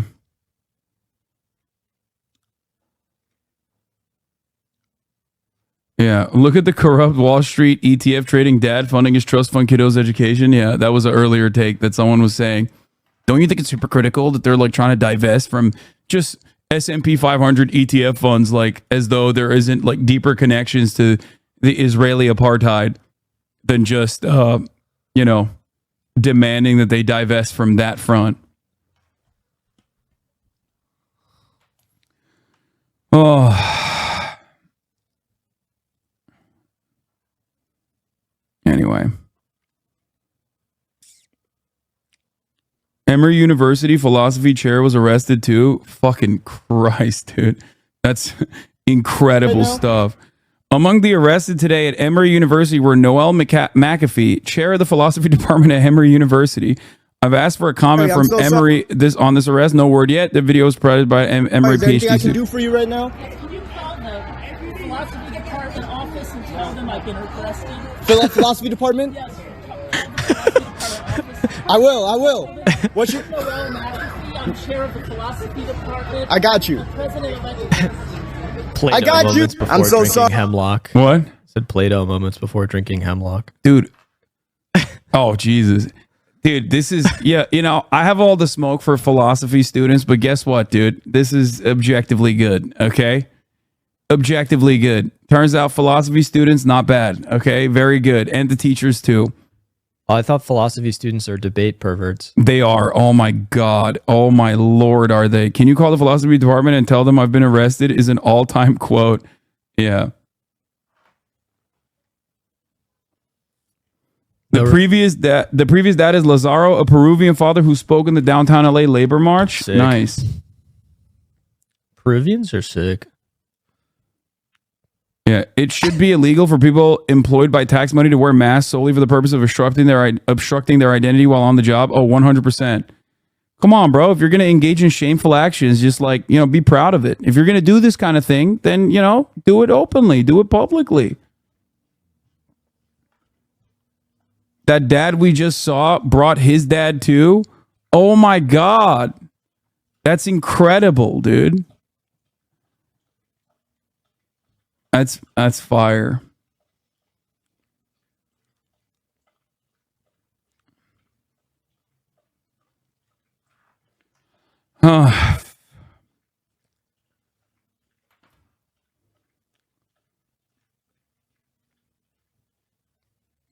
Anyway.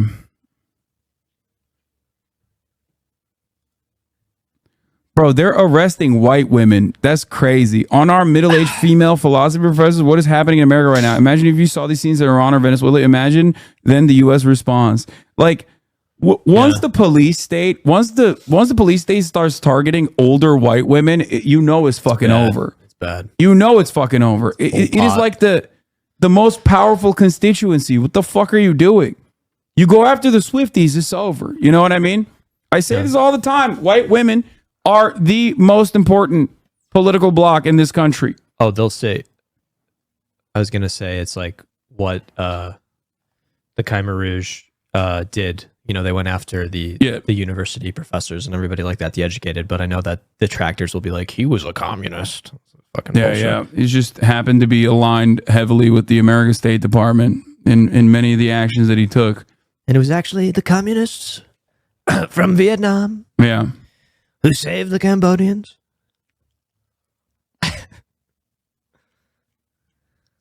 Hold on. What is Brett saying?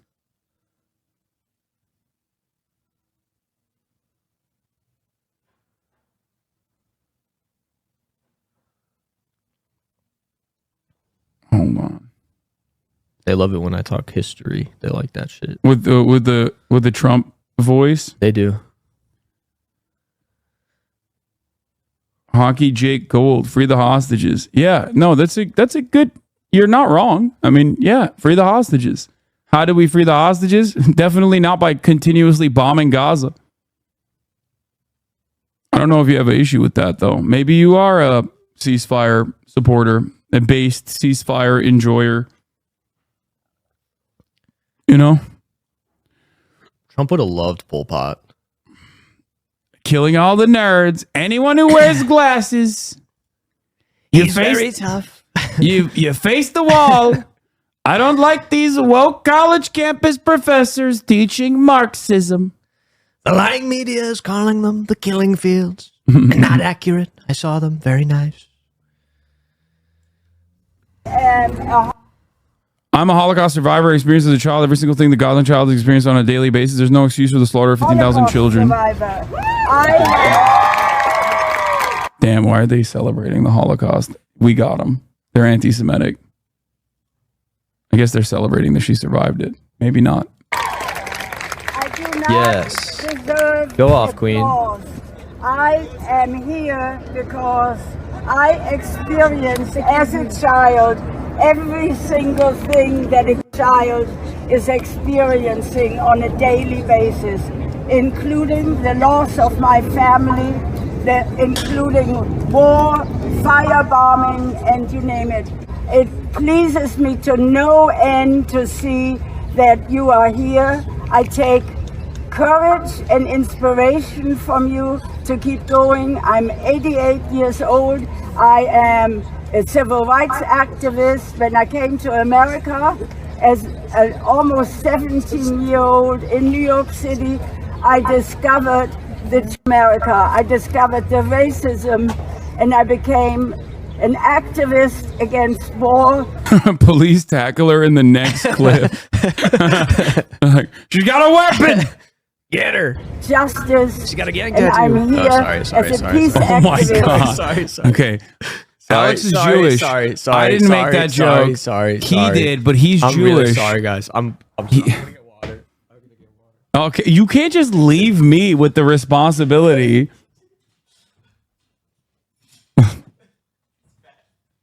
We need to bring this to an end. There is no excuse for the slaughter of 15,000 children and untold others. We have to act with peace and love. And I am proud to be here with you, and I hope you will continue. We are on the side of justice and peace. That's awesome. She's great. Hi, I'm a reporter from CNN. Can we talk about that statement? What? You're cooked, bro. They're coming after you. Is that Don Lemon? Don Lemon. Well, he's no longer at CNN, is he? Oh no, he got too woke. Watch, this man is going to take 3 little baby sips from this water and leave it there with 25% of the bottle. I have contamination OCD. I can't drink it after I put it down somewhere. Okay. Okay. I've tried to get you to drink it, and you left it over there. The other bottle. It's a pet peeve that I have from Austin doing that exact same thing over and over again. All right.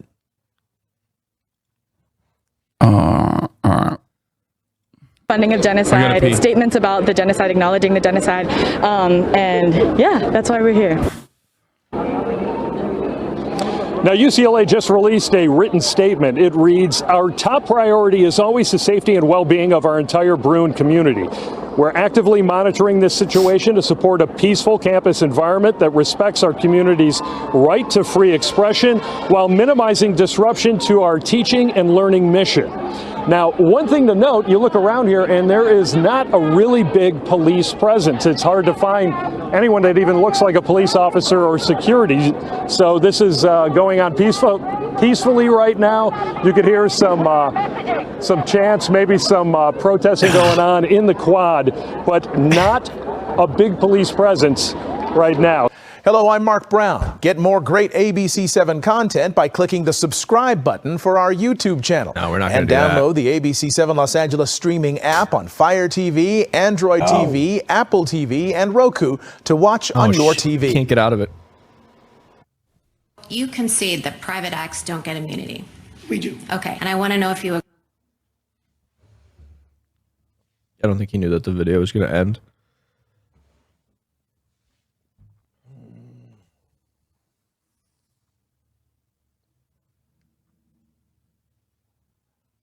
Hey guys, how you doing? He's flushing. I guess it's better than just having a chair out here. What? Nothing. Nothing. The video ended. I said you're great. We all love you. Think you're awesome. Everybody is saying how much they like you and that you're normal. Thank you. It's true. I am normal. That's what we talk about when you're not here. We're like, wow, Hasan's such a normal guy. He's regular. Can't have you be the only one supporting terrorism around these parts, you know? Yep. Thank you. There it is. That's nice.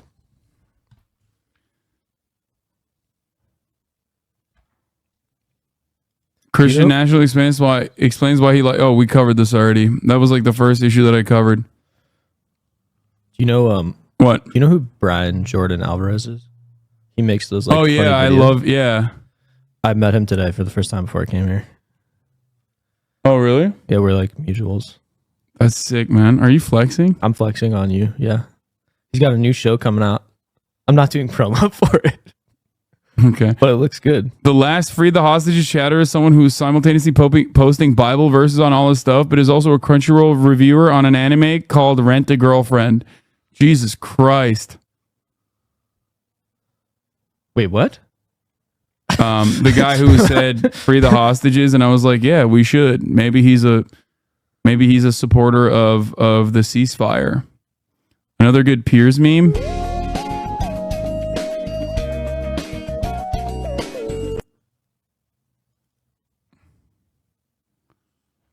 Connor did one too.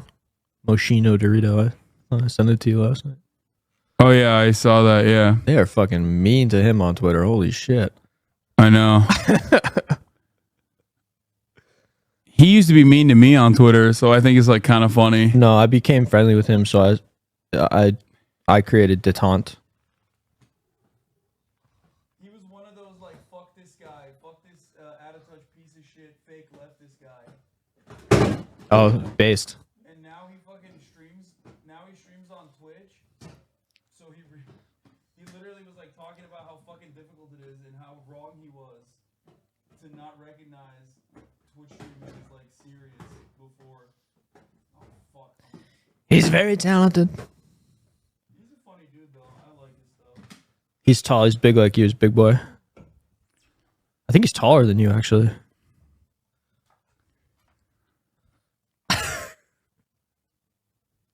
Are you saying he height mogs me? Yeah, he would mog you. He height mogs me? Yeah, I already saw this one. I did not see this one though. Harassings, not just by her, but by other people, of public figures. You tried to conduct a serious interview with crackhead Barbie? That's sick. Alex is negging you. He is, dude. He always is. There's a power dynamic in our relationship. I need to get whatever upper hand I can get.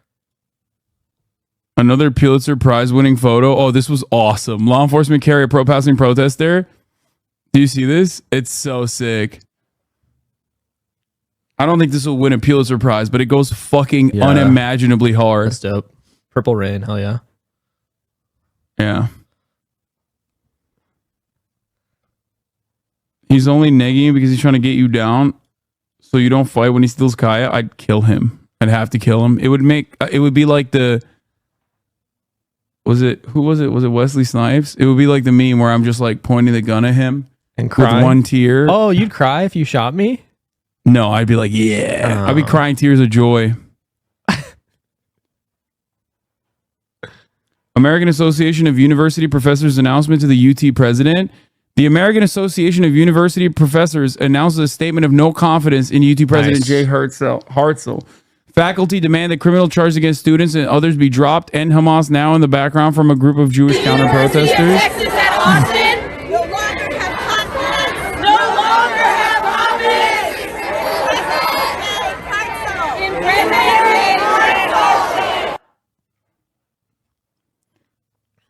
In It's got to be awesome to just like constantly demand more state violence. I've never been in that position. Like the closest we arrived at that was when the fucking COVID lockdowns were happening and people were protesting that they can't get their jalapeno poppers. You know what I mean? Mm-hmm. And like every now and then the police would be like, okay, you can't invade like the state house or whatever, you know, in their demand. January 6th doesn't even fucking meet that metric. because there was very little state violence, with the exception of killing one of our brave soldiers, of course. Ashley Babbitt, rest in peace, beautiful soul. Which I still, of course, had to open up my fucking goddamn mouth and have a principled stance on and say that it was unjustifiable to shoot Ashley Babbitt. Which everyone got fucking mad at me about at the time, but I still maintain that position.